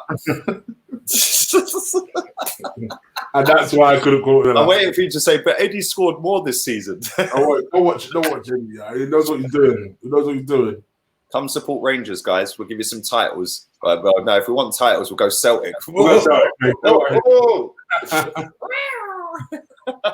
I'm joking. Well, I'm not joking, but you know I'm joking, if that makes sense. Big up Mohammed Mahmood. Hope you're well. I'm now a Shamrock Rovers fan. One time, I tell you, I'd be a Harrogate FC fan. Yeah, come on. I could go Marbella FC, bruv. Yeah, Marbella's closer to Malaga. Let's go Marbella. I'm going to be a Marbella fan this season. Man, this stress, man. It's ridiculous. Aaron Ramsdale and Leno are the same level. Thank you, mate. But certain cheerleaders out there decide to go, oh, he's amazing. So I had coffee with him.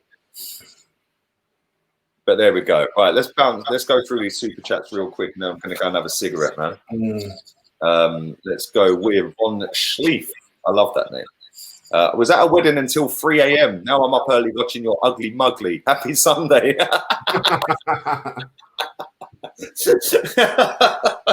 Hey, bro, listen, we're more entertaining than watching Arsenal right now, mate. So you might as well watch us. Fuck Arsenal, bro. They're shit.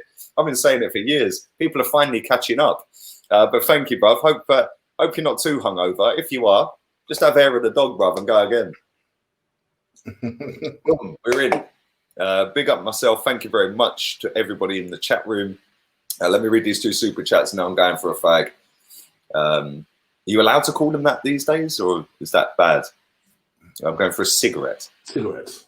There we go. Where is the other one? There it is. Big up Kroenke. Lee, I am called the Canadian version of you in an Arsenal group because I want more than top 4. We're playing like grannies on the pitch today, bruv. Just tell them all thanks for the continued support.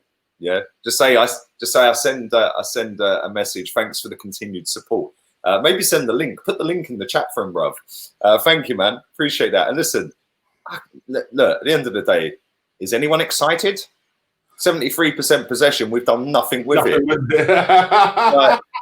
Mate, Leicester City won a title on 40% possession. Yeah, exciting, fast, counter-attacking football. We're going with Eddie and Nketiah up front at home when Lacazette's on the bench after scoring 3 and 3. Yeah, we've got the only shining light of today so far, or 2 shining lights for me. Tierney is actually whipping crosses into the box. Who fucking knew? Playing at left back, he'll cross the ball. Yeah, and Gabriel is look comfortable. Yeah, other than that, pretty shit, isn't it? Big up Prem Prodigy. Only difference between Arteta ball and Dyche ball is one has a Aubameyang. We've been saying it. Well, I can't even lie. That's the best comment I've seen for a long, long time, you know. It's true. It's true. And you know what? If Dyche had a Aubameyang, he'd play him up front, which is where he'd do more damage. Arteta is displaying Wenger stubbornness, which is why I didn't want him. He's a puppet, bruv. I said this from day one. I said it before we even signed him as manager. He will be a puppet. And by midnight tomorrow, my time, that will be confirmed, certified, 100% rubber stamped. And yeah, low-key Emery back, says Ethan. If end of the season Arteta goes for whatever reason, who would you bring in? Ancelotti. That's who I wanted anyway. You think you could get Ancelotti now, is what I'm trying to say. Phone Don Ancelotti up and say, listen, bruv, come save us. I said, bruv, you know, yeah, you've done streams with me. All these guys in the chat that have been here for a long time, yeah, knew that when Wenger went, I wanted Ancelotti. Yeah, you wanted Ancelotti. Then you with Vieira as number 2. You went to Jose for a little while. Yeah, Jose, bruv, I would have took anyone over fucking Wenger. I would have took you over Wenger, bruv. Yeah. But to be honest, the Ancelotti one makes sense because if you just said to Ancelotti, "All right, I need you for a 2-year stint. I need you to solidify this team," and then even if Mikel Arteta is the one you wanted to breed moving forward, all right, but at least get someone to stabilize the damn club, someone that has experience. That was always my argument. I personally would have given it to Vieira if I had to go down a young manager route. Yeah, so this is the thing. When Wenger went, I went for Ancelotti with Vieira number 2.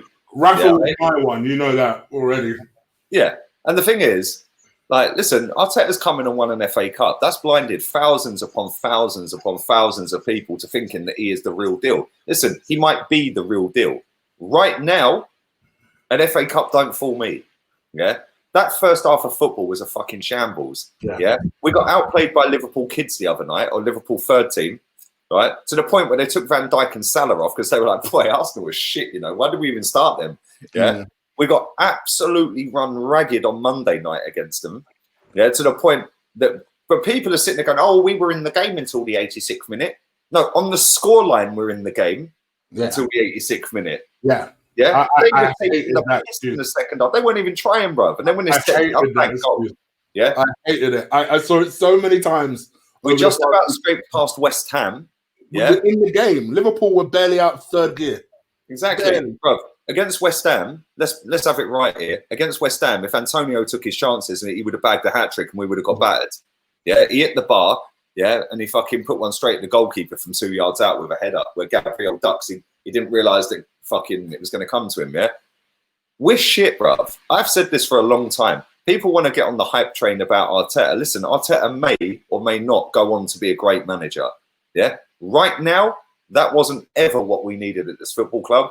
I said it at the time. Kenny Ken was the first to say it. I fully agreed with him. I didn't want an ex-manager at this football club right now. Yeah, an ex-footballer, sorry, from the club as manager right now.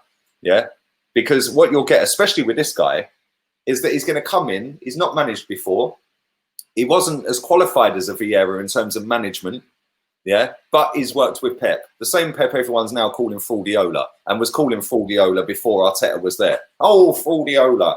Yeah, and he's come in. He's had a decent start in terms of trophy. I ain't classing that fucking charity game as a cup, by the way. Yeah, sorry, that's a charity game. That counts for nothing. Yeah. It counts for winning the game against a big team on penalties. Cool. Mentality issues and stuff like to go forward. Great. I ain't using that as he's won 2 trophies. No, he hasn't. He's won 1 trophy. The same trophy that everyone decided weren't a trophy because top 4 was for years. Yeah. Then when his job was on the line, we're winning the FA Cup again then. Yeah. So he's had a good start in terms of trophy. Style of play is non-existent. He's had 2 transfer windows, and all we've done is sign Cedric Suarez, Pablo Marie, both on loan, and then give them 4-year deals off of the back of 2 games between them, right? Well, who fucking authorised that? We then signed Gabriel to bench him in our most important game of the season at Anfield the other day. Yeah, so far. Willian on a free, and Danny Ceballos back on loan. We then sold our best goalkeeper. He's benched fucking Saka. He was benching Martinelli. He's benched Pepe. He's benched Laka today. Yeah, he benched Maitland-Niles after he was one of our best players. He's got rid of our goalkeeper that fucking was one of the reasons why we won that FA Cup. Yep. Yeah, his man management skills are our team effectively. He's been Guendouzi off because he grabbed hold of Malpai and said, I'm on 40 grand a week. I agreed that he should have banished him for a little bit, but to totally dismiss him, yeah, come on. This guy has gone from hanging out of the car window and everyone's against Tottenham saying, he should be captain in the future, to, he's a snake, he's a curse, he's a disgrace. No, mate, no. Yeah, the fact and reality is, I didn't want him. I don't blame him for the transfer window. That ain't even a thing. You can't blame him for the transfer window. It's not down to him to get the checkbook out. Yeah? But what I do blame him for is lying through his fucking teeth. Sitting there saying, I've got 100% full backing from the board after Villa. You could go, okay, well, maybe things have changed since then. Okay, motherfucker. Why did he sit there on Friday in his press conference and say it again then? Yeah?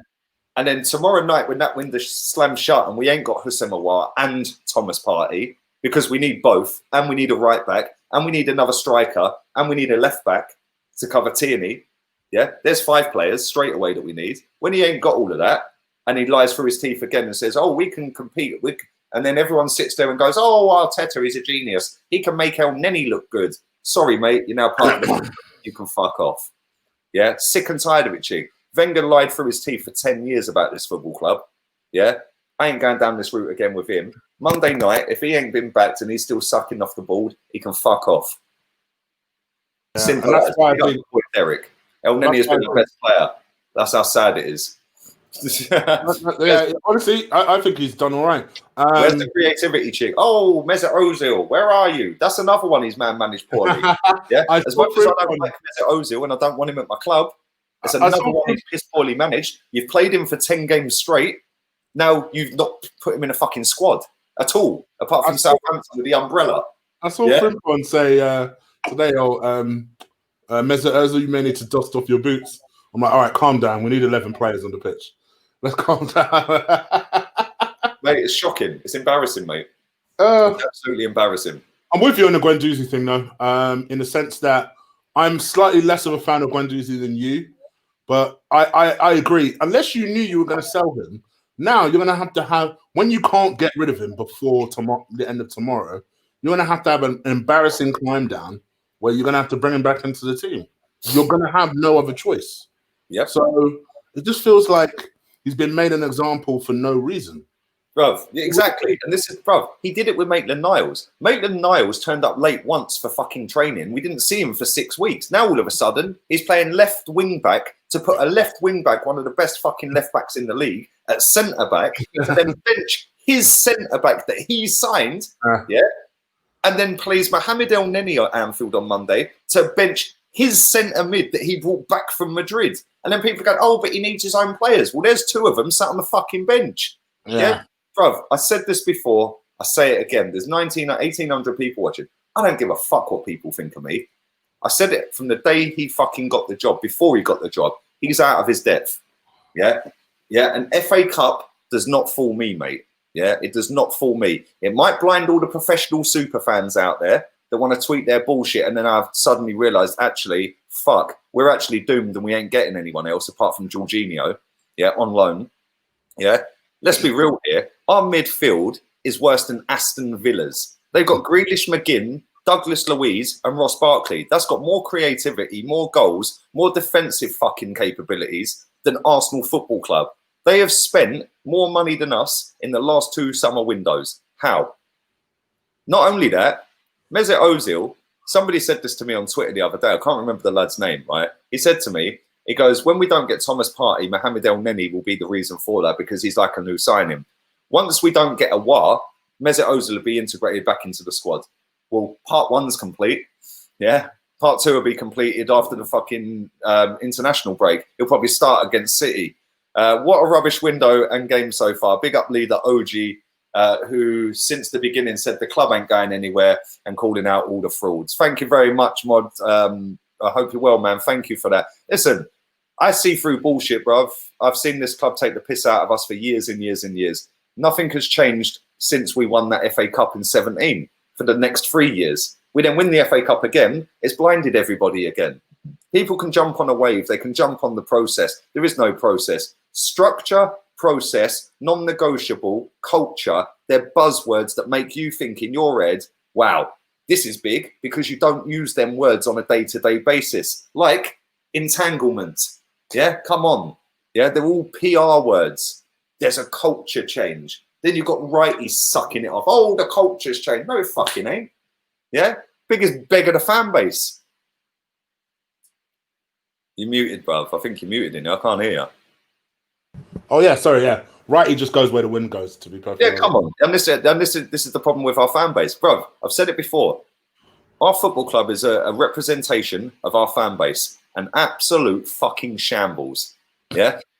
It's a shambles. Everyone would rather go viral with a meme than say it as it is. Today, it would be the referee was a disgrace. It should have been a red card. No, it shouldn't. Yeah. Then it would be Stan's got 24 hours to prove this, this, and this. Fuck off. Where have you been for 12 weeks when I'm seeing abuse left, right, and centre for saying how it is? And now everyone wants to come on board and ride that wave now. No, go fuck yourselves, man. All of you. Good morning, all. Nothing like waking up at 8:57 to an almighty run from the corner. No wonder my speakers are broken, bruv. Seriously. Know, right? He's blown them. Did you see Paul Merson's rant about Arteta's style of play? No, I need to see it. Paul Merson's a real one. He always says Paul Merson just went into one. He goes, he didn't understand what was so good about Arteta's style of play. And I thought, finally, somebody says it. Yeah. Somebody. Bro, just Edu and Vinay, by the way, on the screen. In the Moss. Edu and Vinay out the game. They've just shown them. Yeah. Maybe they can fuck off as well. all Edu's done, bruv, all Edu's done is this, yeah? Let's just pretend this is a cigar, yeah? Right? Let's just pretend this is a cigar. 100%. Sitting on his backside. And people are saying to me, oh, well, he knows the Brazilian network. And I'm like, does he? Oh, let me just flick that Brazilian network so well. Let me just flick the kangaroo steak over. As if he knows the Brazilian, let's have it right. Martinelli ain't Edu signing. So let's get that out of the water. I've not seen Edu come out with any Brazilian gems. Gabriel is a good signing, but Gabriel was a good player the year before. So exactly. Again, it's not a surprise. Bro, so what that Edu is just the Brazilian Gazidis, bro. Yeah, that's who he is, man. Yeah. Right. I loved Edu as a player. Is Mikel Wenger. I said it from time ago, and I pissed off the head of the fan base. He started crying into his fucking pajamas. Yeah, I saw it. Yeah? Sick and tired of these people chatting shit, bruv. But you know what? Edu as a player, but he's useless in his position. That's why I said he should just go. If you have anything about yourself, just bounce. It's all right. This job ain't meant for everyone, you know? Just bounce.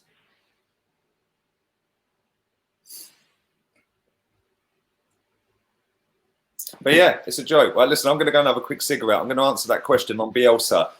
He's got better result against Man City at home than we have in fucking as long as I can remember. When was the last time we drew at home with Man City? And he scored 3 at Anfield. When did we last do that? And it was only the fact that his striker gave a penalty away in the 87th minute that they actually lost to Liverpool. Yeah. Do you know what I mean? I'll be back in a couple of minutes, yeah? Yeah, and they were lucky against City yesterday, actually. I thought they really performed well against City. I watched that game. Yeah, man. I'll be back in a minute, yeah? So second half has kicked off, by the way, in case you guys were wondering. I am 48-30 into the game. Ball from Tierney. That's cut out. No changes made. Surprise, surprise. That's the one thing I must admit about Emre that I miss in certain ways. When Arsenal are not playing well, you know that was always half a chance that Emre might just say, fuck this, and change the shape, the team, personnel. With Arteta, you could damn sure lay your house on the line that there ain't no freaking way that there's going to be any changes made at halftime. I do miss. It's probably my favorite thing about Emre, because 9 times out of 10 you get the starting lineup wrong. don't get me wrong, but then during the game, for me, I felt more confident in him tactically trying to do something to change the game than Arteta. Arteta is very much, you can see, is very much from the school of Wenger. That kind of, let's just see what happens. Let's just see what happens. It's still going wrong, but let's see what happens. No, I do miss a manager that's just able to at least attempt to try and change something.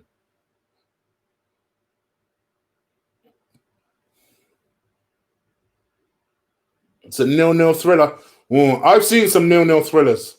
This most definitely is no thriller. It's a sleeper. And I don't mean a sleeper in a good way. I mean a sleeper as in, I've been having difficulty sleeping recently. I should have recorded this. That's what I should have done. I should have recorded this. I had like 2 hours sleep yesterday.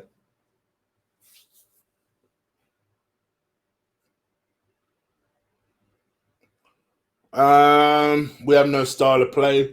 We just don't look like a team that has much ideas. That's all. We don't have a team that has... Yes, I hear what people are saying because we don't have personnel. But then this just harks back to the original point of, so why not get rid of the dross? That's the one thing that I think most people wanted to see this summer was us. You know, I do a segment on my show called The Chopping Block. I think everybody wanted to see Arsenal's axe wheeled this summer. Just at least because you're going to need to raise some money.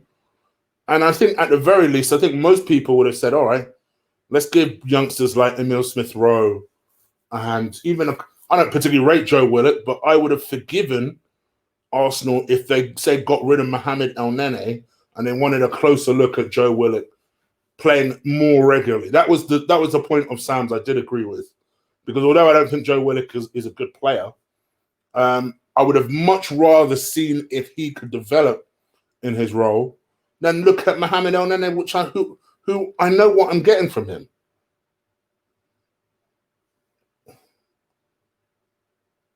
Here we go. Let's see what happens here. Saka trying to make stuff happen. I think he has looked... Oh, no! What happened? Oh, bro, you could have been braver there. It's like you stuttered.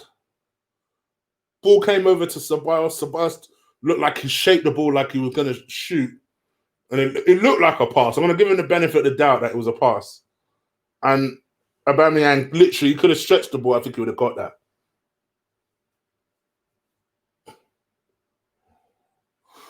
Oh, man.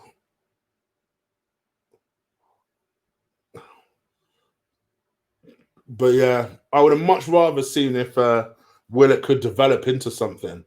Because as Nkelde perhaps did not hear me when I first said, I still don't think he's good enough. So I know people like hearing what they want to hear. I still don't think he's good enough.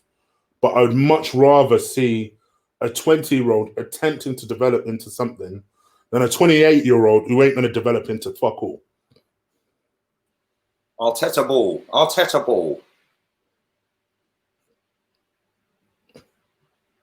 But I just think generally, not even just Arteta, I think generally the club has been so mismanaged. The decision making has been horrible, and we're still paying the price for it. We're still paying the price for it. But then you've got to ask yourself, why did we sign up Cedric Suarez and Pablo Mari to 4-year deals each? Yep. Yeah. Spend 13 million quid on Pablo Mari, yeah, after seeing him twice, right? And Cedric on a 4-year deal when we didn't see him play a game. I'm gonna be honest with you. I'm gonna shock a lot of people that say this, but I have said this before. I think Mari will be something. I do. I've just got a feeling he's going to be something. But even as I'm saying that, I would have never given him a 4-year deal. For what? For what? This has got 1-0 Sheffield United written all over it, isn't it? Kieran Tierney must be thinking, what kind of club have I joined, man? I could have stayed at Celtic and won the league this year. Do you know what I mean? Could have done 10 in a row. Do you know what? He's won 13 trophies, I think, and he's only 23. That's pretty mad, isn't it? Winner. Meanwhile, Willian is still on the pitch. Oh, sorry, I could tell when I have a Mkhitaryan relationship with Willian. Ewan says Saka and Ceballos have been classed today. Yeah, I think Saka in particular looks like Saka's trying to do something. Like trying. Ceballos' pass a minute ago was pretty decent to Aubameyang, but Aubameyang. They've all been pretty crap, haven't they? Look at Tierney. Look, driving forward. Tierney telling Aubameyang, "Give me the fucking ball back, boy." Look, Tierney. This is why I like. Look at that cross. Yeah, ended up with a keeper. Yeah, I'm obviously a bit behind you. Yeah. Soon as Tierney gets the ball, he passes to Aubameyang and he goes, "Oi, give me the ball back down there." His first thought in his head is not, "Let me check and pass backwards. Let me whip this ball into the box." Yeah. The only problem is you're whipping it into a fucking midget up front who ain't ever going to win a header against a 6'4" centre back. Yeah. It's just a mess, bruv. It's a mess. And we got this all season, you know. Yeah, we might end up winning this game. Great, fantastic. Oh, hallelujah! Pepe's coming on. And Arteta's made a sub before the 60th minute. We might end up winning this game, but boy, we struggled against West Ham. Yeah, we're struggling against a team that haven't scored a goal all season and have shipped goals and are in the bottom three. Yeah, that have been in free fall since June when we came back to football. Arsenal donning on their Santa Claus shirt. It's that time, bruv. Trust me, this has got 1-0 South Sheffield United written all over it. This, by the way, people, was supposed to be the easiest game in October. So we've got a long month. We got a long month. Brace yourself. Yeah, we've got Man City next. Yay. McBurney is on for Sheffield United. My man don't look happy coming off, you know. Burke, he's fuming, bruv. Look at him. He is not a happy bunny. He played well. I'm actually surprised he's coming off. Yeah, he's been a bit of a nuisance, hasn't he? Why aren't we playing our strongest team, especially before the international break? Thank you. Exactly. I don't get it, mate. I don't get it. Even though I could sort of understand, I wouldn't do it. I could sort of understand why Pepe hasn't started. The Lacazette one is the one that baffles me, and I'm not Lacazette's hugest fan, but I don't understand this. Oh, Eddie's coming off for Pepe. There you go. Mikel obviously heard us. He's obviously got the stream on live. Surprised it's not a straight swap for Willian, to be honest. Wolves are 1-0 up. Neto. That's where we get our players from. I wonder if Aubameyang might go up top and Pepe on the left. He needs to. But I said this the other day. If you're going to play defensive, counter-attacking football, I'm sorry, you shouldn't be doing that against Sheffield United anyway, right? Or West Ham. Yeah, no disrespect. Yeah, go to Anfield and do that. Great. But if you're going to do that, you go with Pepe right, you go with Saka or Willian on the left, yeah? Or you could go with Willian on the right and Saka on the left, and you go with Aubameyang down the middle, yeah? You then play Dani Ceballos from the start, and you try and, boom, quick balls down the wing. You play Tierney left wing back because he'll overlap Saka, yeah? or Willian, whoever you play out there, yeah, and you go with quick pace on the break. Instead, we're going with Lacazette. I know he scored the other night against Liverpool on Monday, but he always comes back towards the centre circle to try and hold the ball up to then try and knock it round the corner. By which time, Liverpool back behind the ball, you've lost the counter-attack. Yeah? All you've got to do, if you want to play this style of football, go and watch Leicester's title-winning season. That is how you play counter-attacking fucking football, mate. Yeah? You play Jamie Vardy up the middle, you get Drinkwater on the ball, boom! Yeah? Wouldn't surprise me if we signed him. I see people saying this the other day. I was like, don't laugh, he'll be our best fucking midfielder. Yeah? Ain't even joking. Danny Drinkwater will be our best midfielder if we signed him. Not even a joke. Yeah? Real talk. He would be. And he's won a fucking Premier League, so people can laugh all they like. Just for the record, people, I don't want us to get Danny fucking Drinkwater. I don't want that. I don't want that to. Could you believe these pair? They think we should get Danny Drinkwater, motherfuckers. Only one of us is saying that. I just want you to know. No, I'm not saying I want him, but I'd say if we did sign him, he'd be our best midfielder. Yeah. I don't want that to be the narrative, yo. Eddie Nketiah wouldn't get back in the lead side, says Colin. Well, he didn't get in the side anyway, which is why we begged him to come back. and it's surprising because if you watched Leeds yesterday, the only bad point to them, I think Bamford is a terrible finisher. So how did Eddie not break in front of him? Guna Kyle says, why isn't Arteta playing 3-4-3? Other teams know how we play. Now, why is Arteta playing 3-4-3? Sorry. El Neni is immune to passing the ball forward, says Ewan. Can't wait for your rants tomorrow. This would put the drive engine mad. Well, I don't even need to rant. I've done all my foundation laying over the last 12 weeks, mate, of saying how shit this football club is and that we're not going to do anything and we're not going to go forward. Okay. Yeah? I don't need to do that. Ooh, Saka. There you go. We've scored. Fucking I'm a minute behind. I haven't seen it yet. Deserves his goal. Let's have a look. It's coming up. It was nice, patient build-up play, to be fair. Nice, patient build-up play. Pepe, Willian. I think it was... Who delivered the final cross? Ceballos, I think. Or is it Bellerin? One of the two. Just watching the ball back with Leno. That's how far behind I am. Yeah, it goes to Willian. Nice patient build-up play. Pepe. Willian over halfway. Nice little ball inside to Ceballos. Bang. To Peps. Back to Willian. Peps. Bellerin did well there, to be fair. Give credit where credit's due. Willian. He did well there. I still haven't seen the goal yet. Willian. Pepe. Oh, go on, Bellerin. Nice cross. Oh, hey, that's decent. Yeah. That's decent. Nice little header from Bakayo, bruv. And that's why he should start every week. He deserves a goal. For me, he's been the best player anyway, so he deserves. That's why he should start every week. I don't get why we're benching the guy.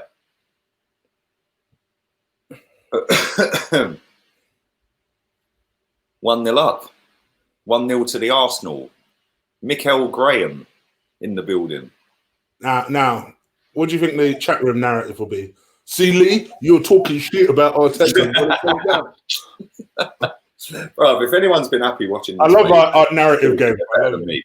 60 minutes of absolute crap. The first time, good cross on Bellerin. He actually crossed. Maybe he's been landing off Tierney after all.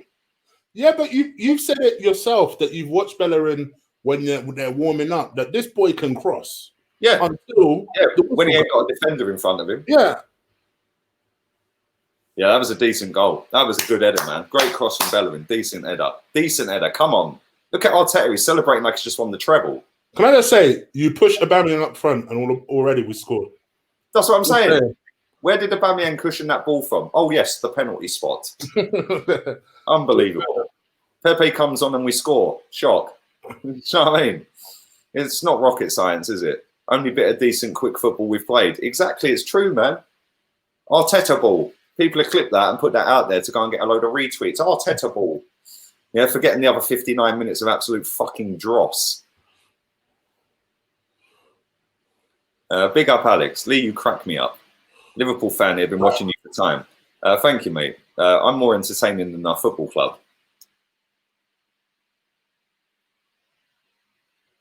So is Chiggy Chig, and his link is in the title. So go and subscribe. Come on, get my man to 10k. Yeah, man. So John Beck is on. He scored against us last year, made it 1 apiece. go on, Peps. Come on, Peps. Drive him, drive him, drive him. Oh, 2-0, fam. Who scored? Peps, come talk shit about this guy now, fam. Who scored? Who scored? Who scored? Peps. Pep scored. Okay, bro. He'll be benched next game, man. Don't worry about that, bro. If he scored now, he'll be benched. I'm talking to a chat room because they love talking shit when he gives the ball away once. Once. My man's done more. He made me really aware of how bad Bellerin's defensive positioning is. Bruv, he's shocking. I'm about to see the goal in a minute because I'm way behind. Can I just say, I think that's Bellerin with another assist. It was a simple pass. Well, we might as well make him captain now then. I know that will be the narrative to people take away. What, Bellerin with another assist? Oh, Hecky B for captain. He gets it. I'm just watching Mohamed El Neni. Oh, no, it's not. It's William. Sorry, the hairdo fooled me. Apologies. Right, that's Mohamed El Neni. Into Hector. Go. Go on. Look at Peps. Look at the pace of Peps. Look at him. Look. From Pepe. This is the game we need from Pepe. Don't This even game- fucking chat this shit game about could this be- guy ever again. Yeah, this I've could been be telling the man about turning this point. guy. Yeah? This That is could be what the happens. turning point. Give this boy 10 games. I'm telling you, 10 straight games in the team. This boy is fucking good. But I no, feel like this is the he gets moment. for benched Pepe every now. time he scores. This is the moment for Pepe. He needs a game like this just to show people. what That's the fuck end is of that. happening. That's game over. They ain't scoring fucking 2. No chance. They ain't scored all season. Presence blood. Presence blood. Look at, bruv, that's a bad boy goal. That's a bad boy goal. I just like it because as soon as he shaped up to shoot, I thought, oh, okay, you're going to score, aren't you? You're going to Like, score. I just aren't say, if you're giving an assist to Bellerin for that, that's why I don't you? rate But, bro, we know it's going to happen. That's why I we know don't it's rate gonna be assist a narrative. stats. True. Man's fucking about 45 yards from goal when he passes. And he just runs and I know, runs I know. and runs. You shouldn't really get an assist for that. You're right. You're right. People that mug this guy off, I don't get it, blood. Bruv, I nearly called you blood. Yeah. I've seen all the chat going, presence blood. Yeah. Bruv, I've said it before, say it again. You've said it before, we'll say it again. Give Pepe a run of games. Why is he benching him? This is what people don't understand. He's a dribbler. When you're a dribbler, yeah, there are going to be games where you're going to give the ball away a lot because you're a chance taker. But the boy has so much quality. He just needs a consistent run. Yeah. Give him a consistent run. I promise you, you'll get a good player. Yes, I agree. I think we overpaid for him. 100% we overpaid for him. The boy is so good. Look at him here on the Sheffield United are panicking, bro. They're panicking. They don't know what to do. Just give it. And by the way, one thing I will also say, I think El Nene has been fantastic in this game. I mean, since those two have come Mohamed on, Party, yeah. I have to be real. He's supported the cause. He's supported the cause. He's been crucial in both of those goals in one way or another. Whether it's winning the ball back or just being a support outlet.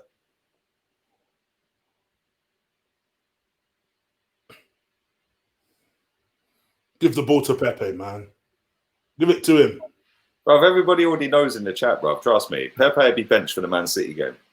Yeah, and the reason he'll be benched is he'll go with William because of his Premier League experience in the big games. Defensively better, maybe. That might be why. Saka will be benched because he's inexperienced. Agreed.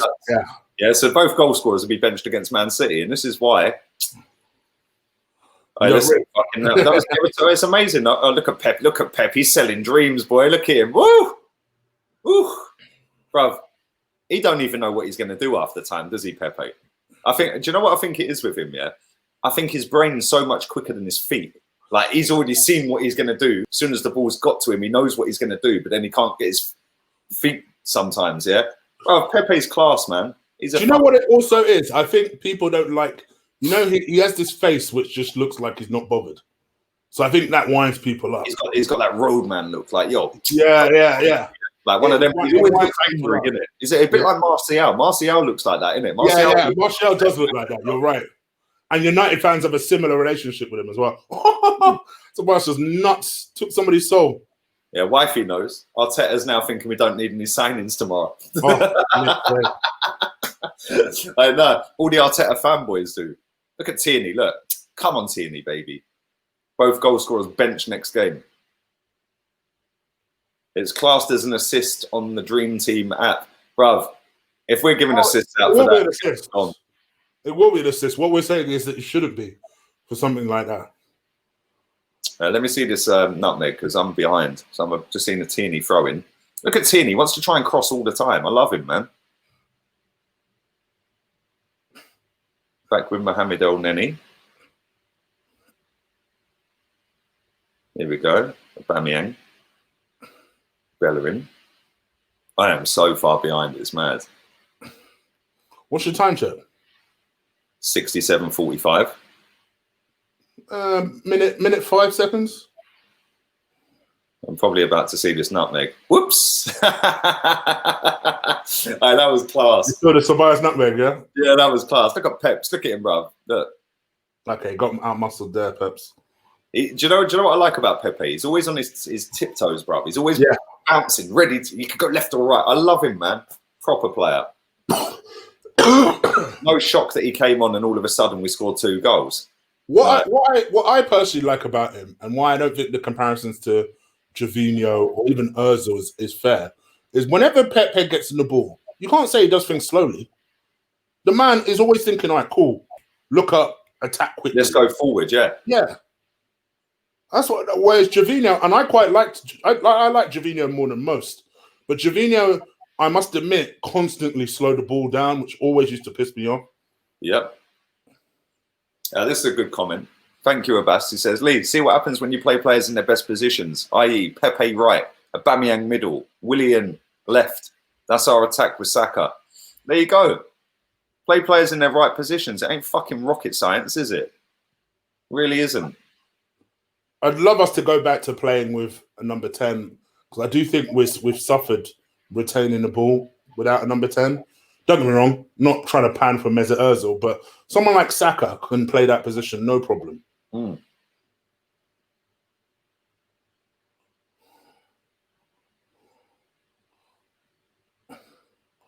Yeah, that guy's been on one. I must admit, I'm surprised the ref hasn't booked him yet. Broderick or whatever his name is. Big up Quincy. He says, Lee articulates my thoughts weird. It's like I'm thinking out loud. Look at Ceballos. He's come alive since Pepe's come on. And look, Aubameyang. Gosh, look, all of a sudden, Aubameyang's got time and space to run at people. Like, mate, Pepe's got to start, bruv. I've said this for time. He's got to play 10 straight games. I've been saying it for months. Yeah, he scores a goal against Brighton. Next game, benched. Luke Shaw's still spinning around like a fucking fidget spinner, bruv, after he fucking running ragged at the Emirates. What was his reward? Yeah, benched. Yeah, he would have scored one of the best FA Cup final goals if it weren't for Maitland-Niles being offside. Yeah, what's his reward since then? Oh yeah, you're on the bench every week, mate. Like, it's fucking embarrassing, mate. He is a quality footballer. He makes things happen. Yeah, he gets the ball.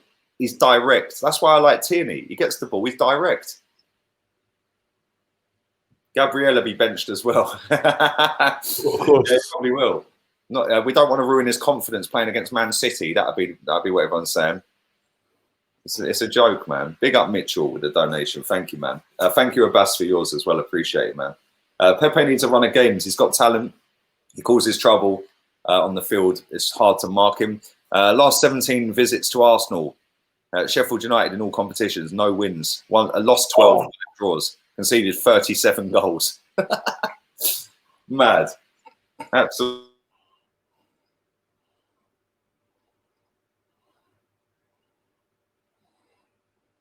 But yes, thank you for that, Mitchell. Appreciate that. My 3-0 scoreline is still on.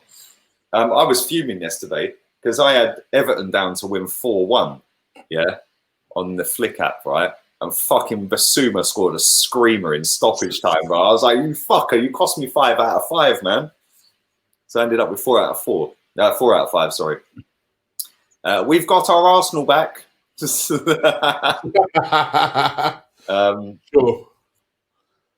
Pepe has to start He has to start, man. I think Tierney's been poor today, says Ewan.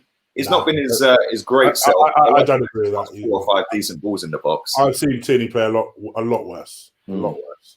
But I do agree with Lee. I think let's start seeing the kid in his actual position. Go watch Atletico play through the middle. Yeah. And set loose Felix and Suarez. Bruv, it's a totally different fucking ball game. People sit there and say that Atletico Madrid play boring, negative football. Bruv, they won 6-0 on Suarez's debut. Like, do you know what I'm saying? I don't agree. Tierney's been poor. I think he's been all right, actually. I think he's done all right. He's played better, but I've seen him play worse, though. A lot worse. Yeah. I actually thought his last performance, actually, was a lot worse. More effective as an impact sub. Well, he weren't at Anfield on Monday. He was fucking shit when he came on Monday, wasn't he? That was handball. No, he's not giving it. Okay, great. Yeah, look, good comment. See, this is the thing. When you've got a genuine guy that can run in behind and his movement's ridiculous. Yeah, I said this 100%. In my preview. Yeah, 100%. Bruv, my man could lose you in a phone box, bruv. That's how good his movement is. He's absolutely fucking class. That's why I said that, because I saw somebody in the chat who said, "Chip, what are you talking about? Aubameyang didn't score." But actually, like my man just said, now the tactics switched, because now Aubameyang, who's quick and rapid in acceleration, now their overlapping centre backs can't do what they've been doing the entire game. So now they need to switch tactic. That allows space for the wingers. Yeah. Whereas before, their wing backs were coming onto us and they didn't give us any space, which is why Willian kept giving the ball away. You notice since Willian has been playing on the left, suddenly this guy can't misplace a pass. So it's like, well, what was happening earlier? Look at this joker.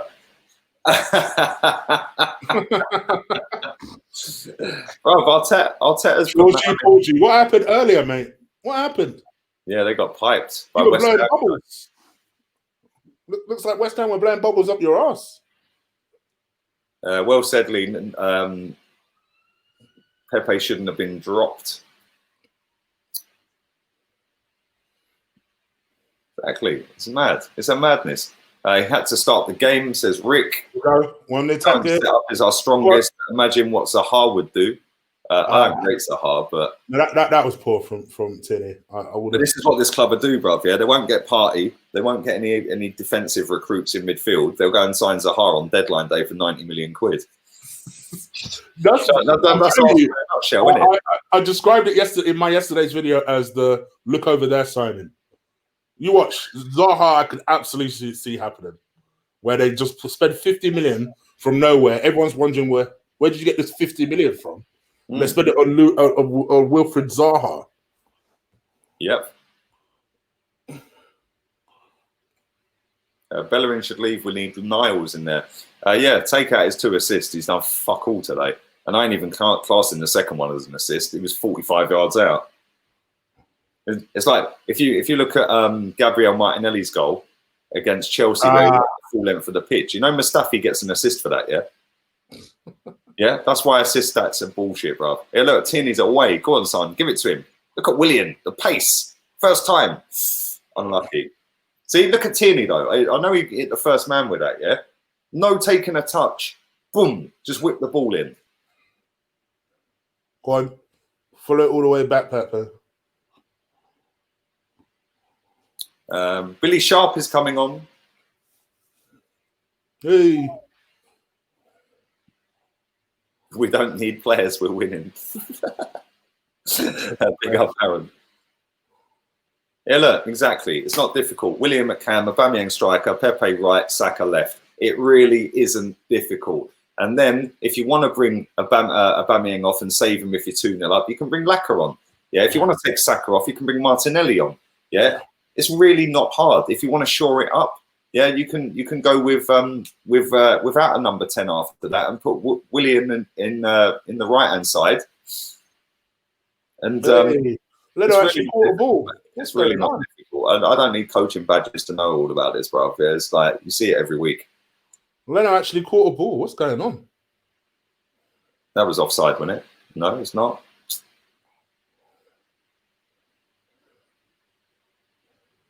Williams playing better in the central attacking role. Exactly. Exactly.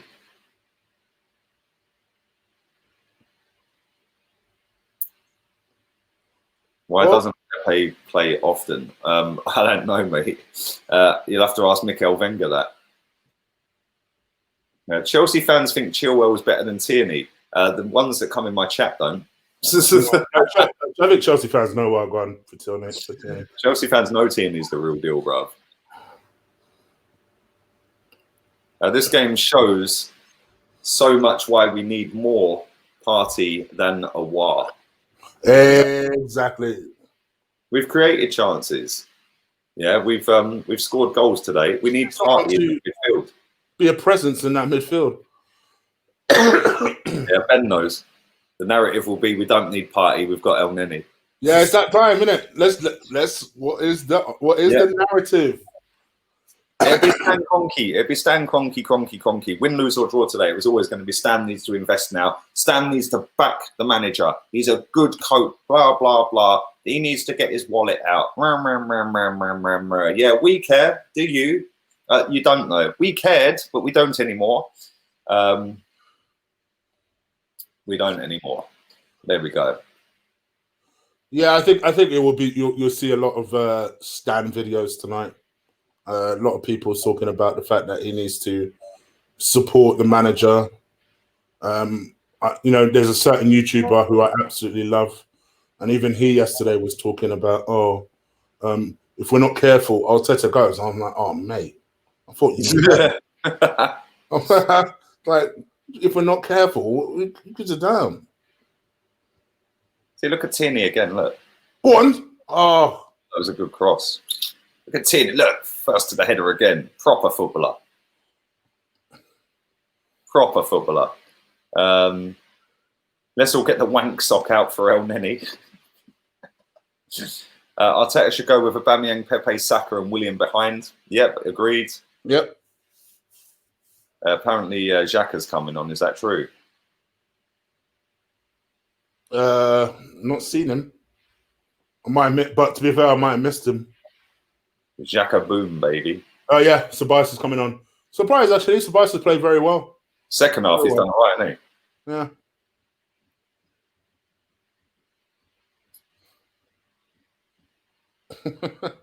I agree with that last super chat you just got. So Lackerbag's 3-3 and then benched for the whole game. This is fucking perfect for his confidence, for fuck's sake. Not to mention, there's now an international break, so it's going to take the ages to get restarted again. Do you know what I mean? And then the next game is Man City. Good luck, Lacker. I said this in a tweet yesterday. I said, how can Ancelotti buy a whole new midfield inside a week? All of them look like they're fucking brilliant, including James, who I don't rate. Yeah. Dominic Calvert-Lewin has already scored more goals this season than Lacquer will score by Christmas. Yeah. And then lo and behold, Lacquer's benched. Yeah, do you know what I mean? It's true, isn't it? Lacquer's on 3 goals this season. I think Calvert-Lewin's on 7. I think he scored more goals than Aubameyang and Lacquer. I think he scored 9 actually, because he scored 9 goals. Yeah, 9 in 6, I think. Yeah, he scored 2 hat-tricks for Everton. Yeah, that's 2 more hat-tricks than Lacazette scored for Arsenal, and he scored 2 in the space of 2 weeks. I knew he was someone that worked pretty hard, Calvert-Lewin, but I didn't know he was a goal scorer like this. Yeah, bro, he's doing a full Tammy Abraham from last season at the start, isn't he? Can he continue it on though? Thank you, Jordan, for that super chat, mate. Appreciate that. Did you see, talking to Tammy Abraham, did you see Azpilicueta take the ball off of... no, I didn't. I still not seen it. I'm waiting to see it. I'm waiting to see the proper captain saying, oi, piss off. Jorginho's our penalty taker, you little mug. Know your role. But good. Good. Look, Pepe did some defensive work here now. Look at this. He don't track back, apparently.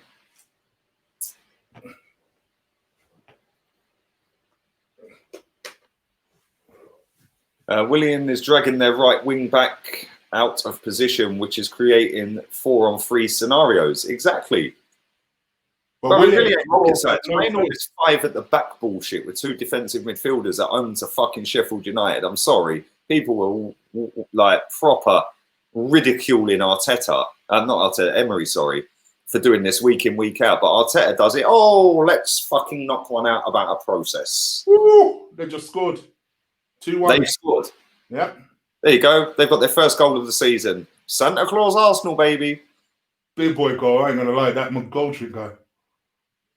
I'm about a minute behind you, mate. So, see in a minute. I've just seen the tackle from Pepe. Just backed off. Well, that's a 3-0 scoreline up, isn't it? Do you know what? Ever since I've defended Tierney, he's done a couple of things that I don't like. This, I feel like, is one of them. I'll be honest. I feel like he could have got tighter here. So could El Nene. El Nene could have backed him up a little bit as well. Just watching their corner come in. Now, if Arsenal could score one more goal, I will win a bet. So I'll be very happy if they could score a goal. So I did say 3-1. Knowing that Arsenal will gift wrap him a goal because that's just what... I think I'm about to see the goal. Yeah, it comes from nothing, really. But even you'll criticise Tierney. Oh, that's a bad boy goal. Yeah, but Tierney should have done better with that.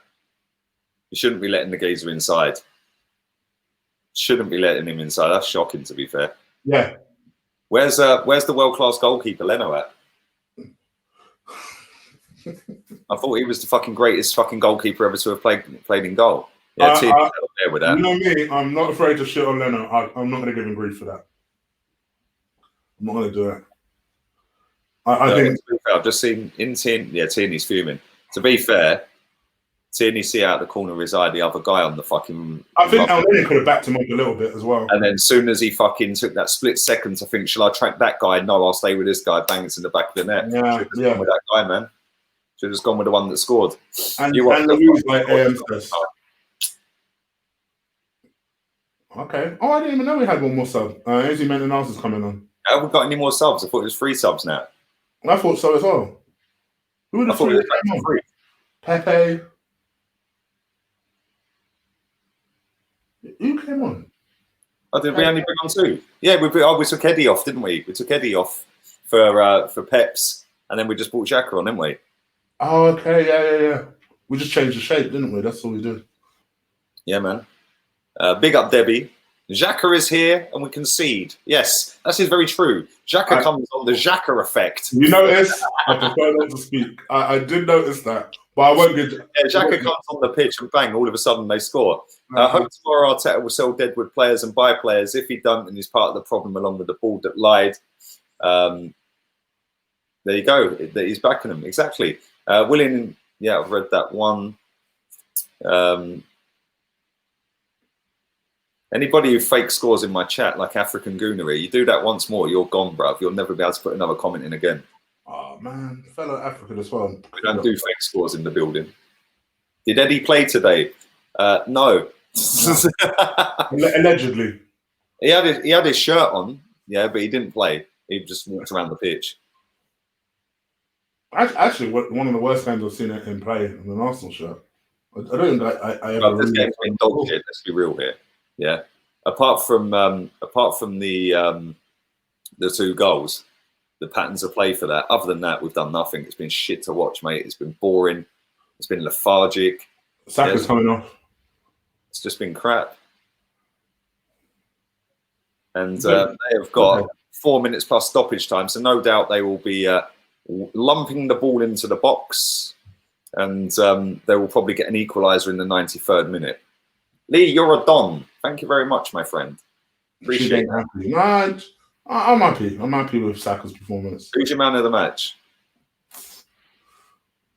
I'm tempted to go to Pepe, you know. I know he just came on, but he literally turned the game on his head. I'm gonna go with this guy.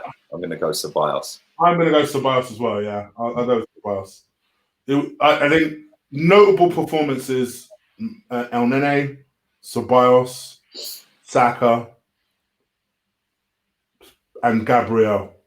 It's probably about it.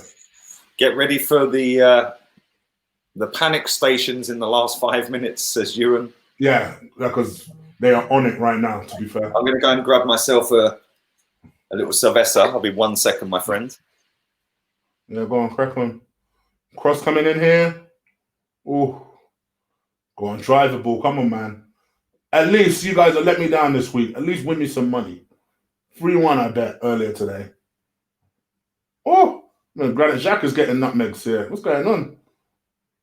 And then to Bellerin, to Pepe. Yes, well done. Bellerin, just compose yourself, fam. Oh my gosh, I knew that was what you were going to do. Because if he just looked up, you would have seen Pepe by himself. Oh, you're so terrible. Yeah, all right, you got 2 assists.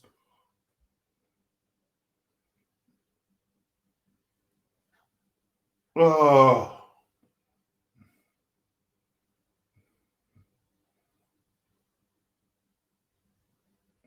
Yeah, do you know what I mean? And just in one little spell, he turns back into Zoolander again. I knew what he was going to do. Because that's another one that likes to put his head down and then cross the ball instead of actually thinking about what he's going to do. Kolasinac style. Whereas if he just looked up to the left, Pepe's there by himself.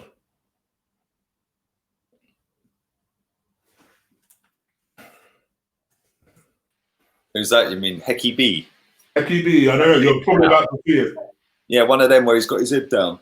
Yeah, but you know what? Tierney does that. Tierney don't have his head down when he crosses the ball, but Tierney's so confident in his ability. He sees the man, he knows where you're running to, and he'll put it on a fucking sweet spot without, because he'll just look at the ball, bosh, yeah, straight in. And come on, there is 1 minute plus stoppage time to go.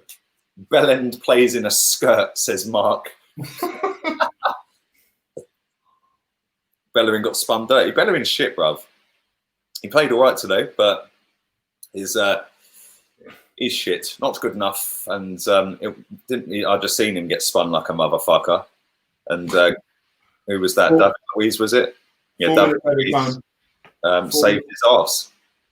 4 minutes at a time. That guy just sent Hecky B to space. He sent him to Forest Green Rovers, bruv. Spun by McGoldrick, you know. Oh, what happened to Laka today? Oh, well, he scored 3 and 3, so fucking bench, bruv. That's how we roll it. Arsenal. If you play too well, you get benched. Yeah, if you play well, you're benched. There's a whole list of players, bruv. Saka, you played well, signed a new deal, bench. Pepe, you scored a banger in the final that was disallowed, you're benched. We can go through about 6 games where that's happened to Pepe.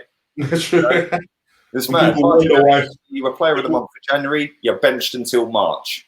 People wonder why the boy's confused. It's like, well, of course, wouldn't you be?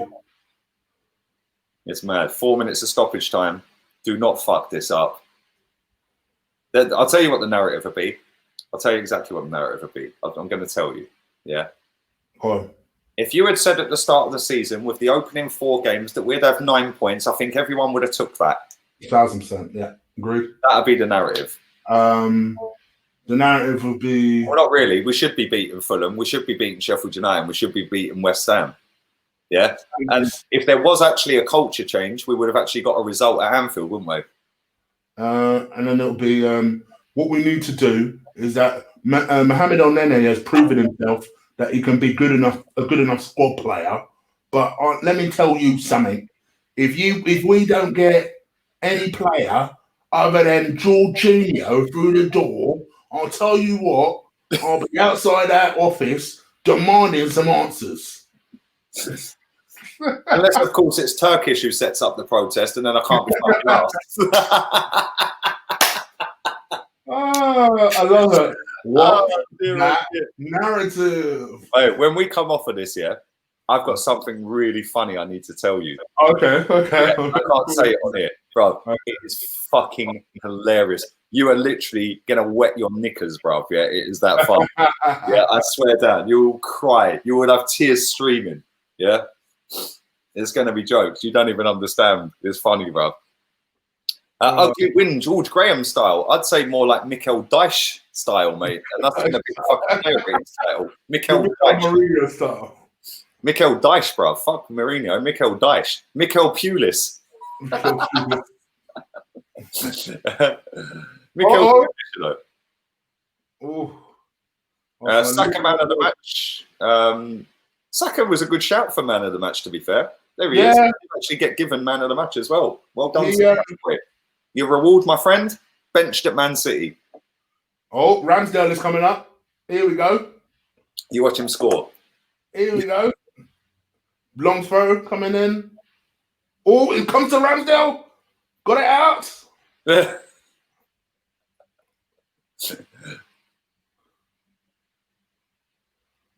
He's gone back now. Yeah, so Saka got man of the match. How many man of the matches has that boy won? I think he's actually won more man of the matches than Mesut Ozil has since Mesut Ozil's been at Arsenal. Ooh. That's kind of worrying, isn't it? Oh, yeah, they're on it, you know. They've got another corner. They're going to fucking equalise, aren't they?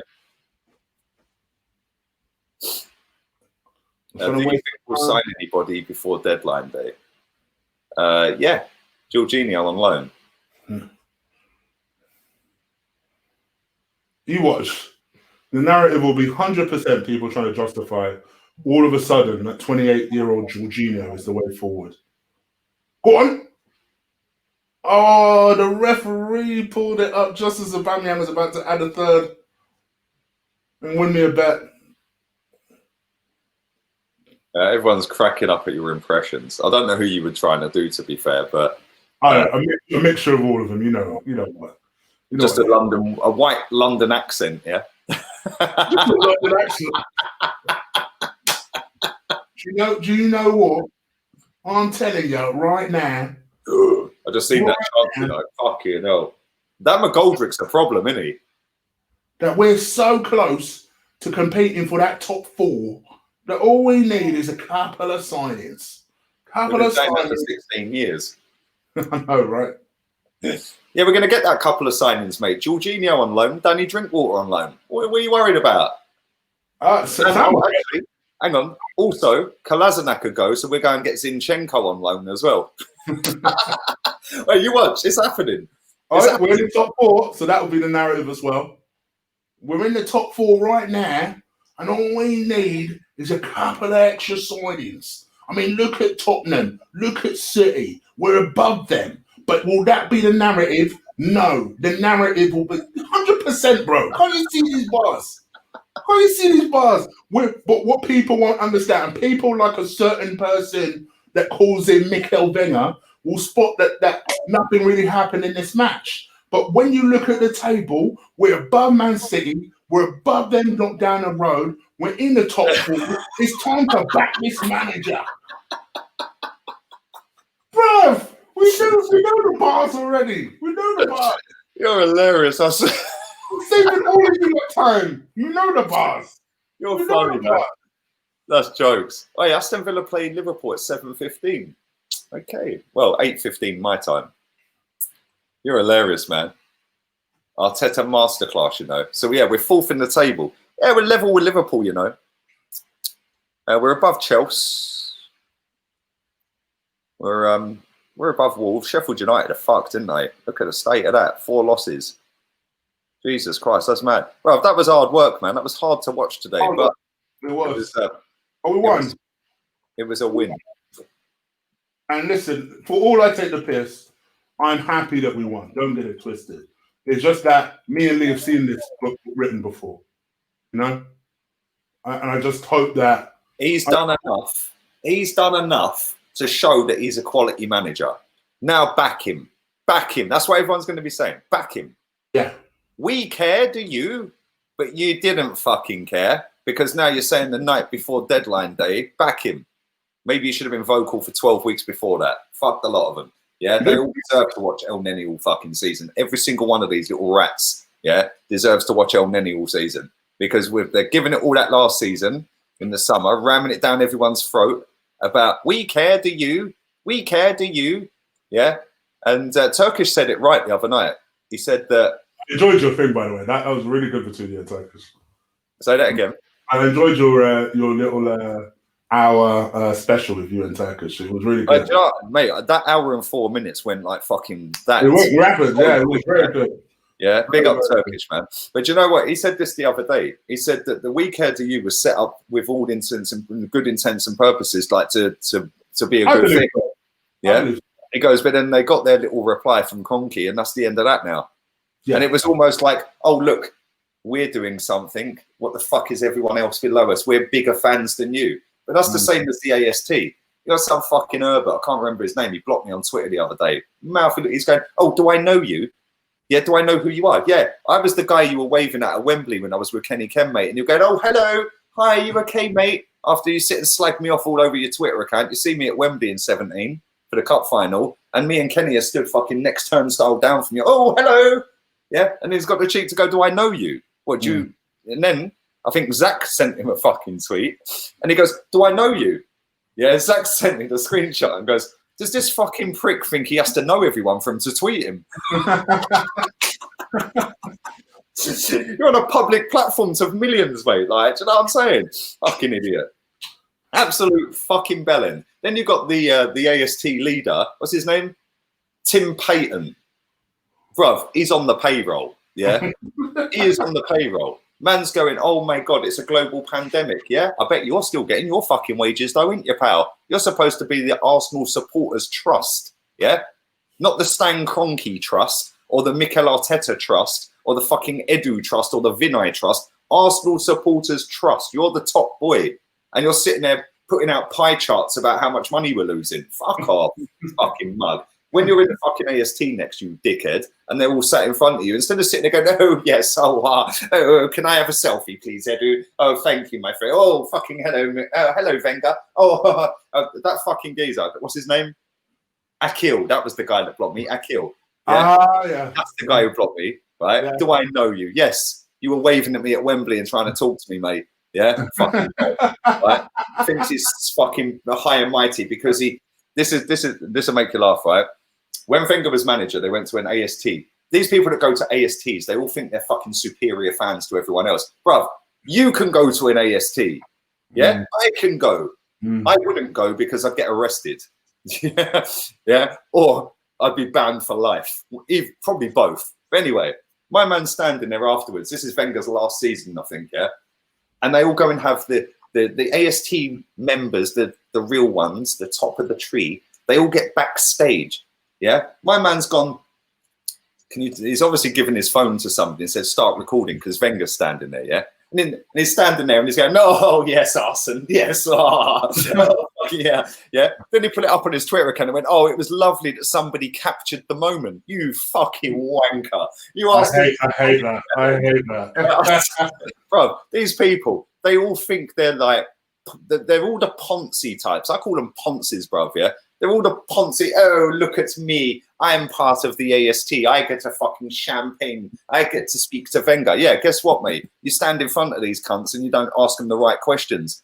Oh, no, we can't do that. We'll lose all of our perks. There's so many people at this football club that are not saying what they should be saying and say it off camera and offline and stuff like that because they don't want to lose their perks. It's embarrassing, mate. Absolutely embarrassing. I couldn't give a fuck about perks. If I want to go and have a champagne dinner at Centre Court, I'll pay for it.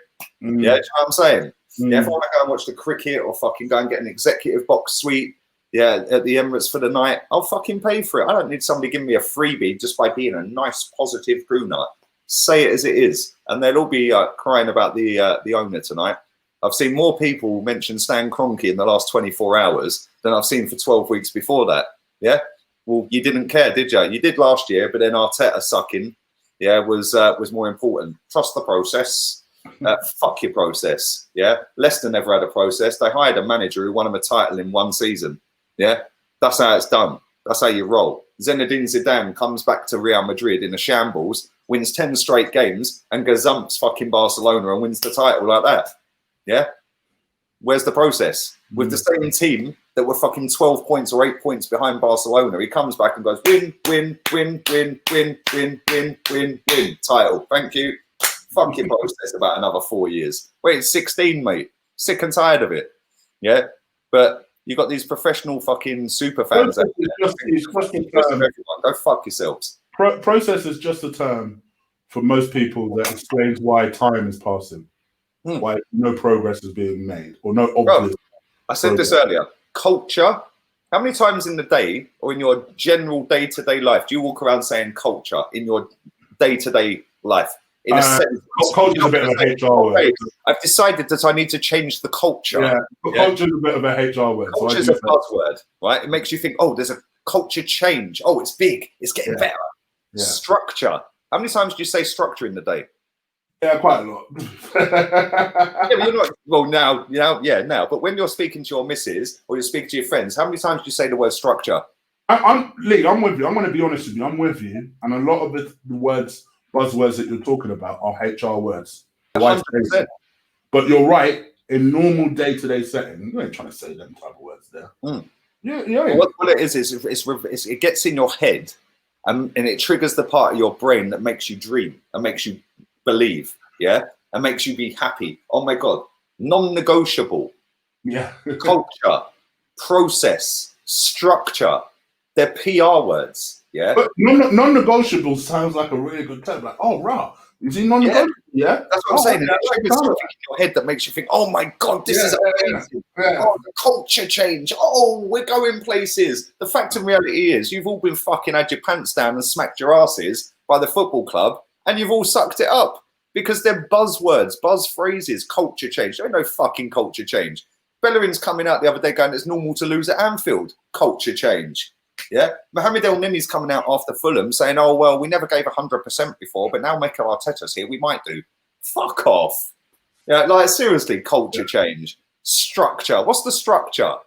Pay Aubameyang 370 grand a week. Pay Mesut Ozil 350. Okay, that was beforehand.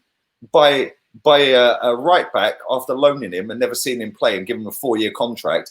Buy a centre back after 2 games on loan. You give him a 4-year contract. Buy a centre back that you bench at Anfield. Like, where's the culture change, bro? Yeah. Get Willian in on fucking reportedly 200 grand a week. I don't think it is that high, but where's the culture change? Danny Ceballos on loan. Yeah, the culture change isn't a culture change. It's the same bullshit, but it's a buzz phrase. It goes in your head. It makes you believe. Yay! But real talk, we won the game. Just in the end. I thought we deserved to win. Player ratings, yeah. I thought, yeah. I'm doing it. I'm doing it straight away. I thought we deserved to win the game. To be fair, I think we did. I think we deserved to win. They did nothing really. Yeah. It weren't great. I think they coming on changed the game. Yeah, me too. And I think it gave Danny Ceballos more roaming license soon as William went further forward. Into a number 10 rather than being out on the wing. I think that gave Danny Ceballos a little bit more because William can go left or right from centre. Yeah. Whereas being stuck out on the wing, he's going one way. Yeah. So that opened the space up. So it was a good tactical change, but do a live stream doing the impression of the whole stream. Had me in stitches. Pick up McManus. I know people love the impressions. I love them. You man are straight up vibes. I'm crying. I might enjoy the IPL more than Arsenal at the minute. Not going to lie. More of Chig's imitations, please. By the way, don't start attributing it to one person necessarily. There were quotes from all the people that you would expect the quotes and the buzz lines to come from. 100%. 100%. They're going to talk about Stan. They're going to talk about strengthening. I think you're going to get a couple of people bigging up the fact that Jorginho is a special player, even though they've never mentioned him before. I think you're going to get all these type of nonsense that me and Lee can see coming. Bro, yeah. I don't need to moan about this club anymore. I've done the groundwork for 12 weeks. I've been saying everything for 12 weeks, bro. Yeah, and for 12 weeks, everyone's kept their mouth shut, apart from calling me a toxic fan, a fake fan, the most hated fan, blah blah blah. And then, funny enough, you get the news about Houssem Aouar last night, and all of a sudden, everything that I've said for 12 weeks, everyone's saying, "Well, are you all now toxic and negative and the worst fans then?" Yeah. Yeah, which is why I continue to say what I want, because these people, if you listen to these people, yeah, really listen to these people, yeah, then if you actually listen to these people, Lucas Torreira was the best defensive midfielder in the league last season, apparently, yeah. And if you wanted him sold, you were a wanker. And and in this summer, if I now say that I want Torreira to stay, you're a fucking disgrace. Yeah, which is why I say what I say, man. Like, we've got three wins out of 4, which is a good start to the season. It's better than last season as it stands. I'm spamming the chat with the player ratings link. So if you want to go and do player ratings with us on Chig's channel, then click the link. It is going into the chat as we speak. But bro, I say what I want. I don't need no one to validate my opinions, mate. Yeah. And like I said, I'm always ahead of the curve. I was with Mesut Ozil 3 years ago. And when I am wrong, like Bukayo Saka, who scored today, great header, then I'll sit and go, yo. And this is what makes me laugh. When I see people saying about Martin, oh, but he only played 10 games. You were all knocking one out over fucking Saka after 4. Yeah? You were jizzing over Martinelli after 1. Oh, he's the next fucking Alexis. Yeah? But Martinez, because it's not your boy, yeah? Oh, I have coffee with him. Fucking hope you choke. Yeah? Fucking idiots. Say it as it is. And on that note, my friends, we're going to do a total roundup of the total views that we've profited off today for a win. Yeah, because we know the results before they happen, apparently. Apparently, yeah. Especially when you go live an hour before kickoff, you know the result, apparently. So we fully profited off a win today. And 2 assists. Well, I'm not counting the second one. The second one was a pass from near the halfway line. You're mad. But let's do a total count up. Live views as we speak. It loads. Is 40,000, 39,100. Not bad considering we've won. Not bad at all. Not bad at all. Early Sunday morning game. Not bad. Funny enough, that will go over well over 40,000. That'll probably go up about another 6 or 7, which will put it ahead of the loss against Liverpool on Monday. The game we did on Thursday where we won got 8,000 more than the loss on Monday. Mad, isn't it? Do the math. People like winning games. Thank you very much to everybody who has taken part today. One last plug before I go, and then we're going to do player ratings. Download Flick if you want to be in with a chance to win a signed and framed Thierry Henry shirt. We've already busted out a Dennis Bergkamp one. We're busting out an Henry one. Download the link. Scroll down to the chat, the giveaway on the app. 2 emotes, bottom right-hand corner. Stick 2 of them in the chat, you're qualified. It's as simple as that. Winners announced after we lose to Man City in a couple of weeks' time. We'll probably beat them. Yeah, Fordiola. But thank you to everyone who has watched on Twitch, Facebook, HOTMIC, and YouTube. Big up my boy Chig and Chig, as always. We're out of it, man. We're doing player ratings in 2 minutes. Come join us, man. The link's in the chat. Laters, peeps.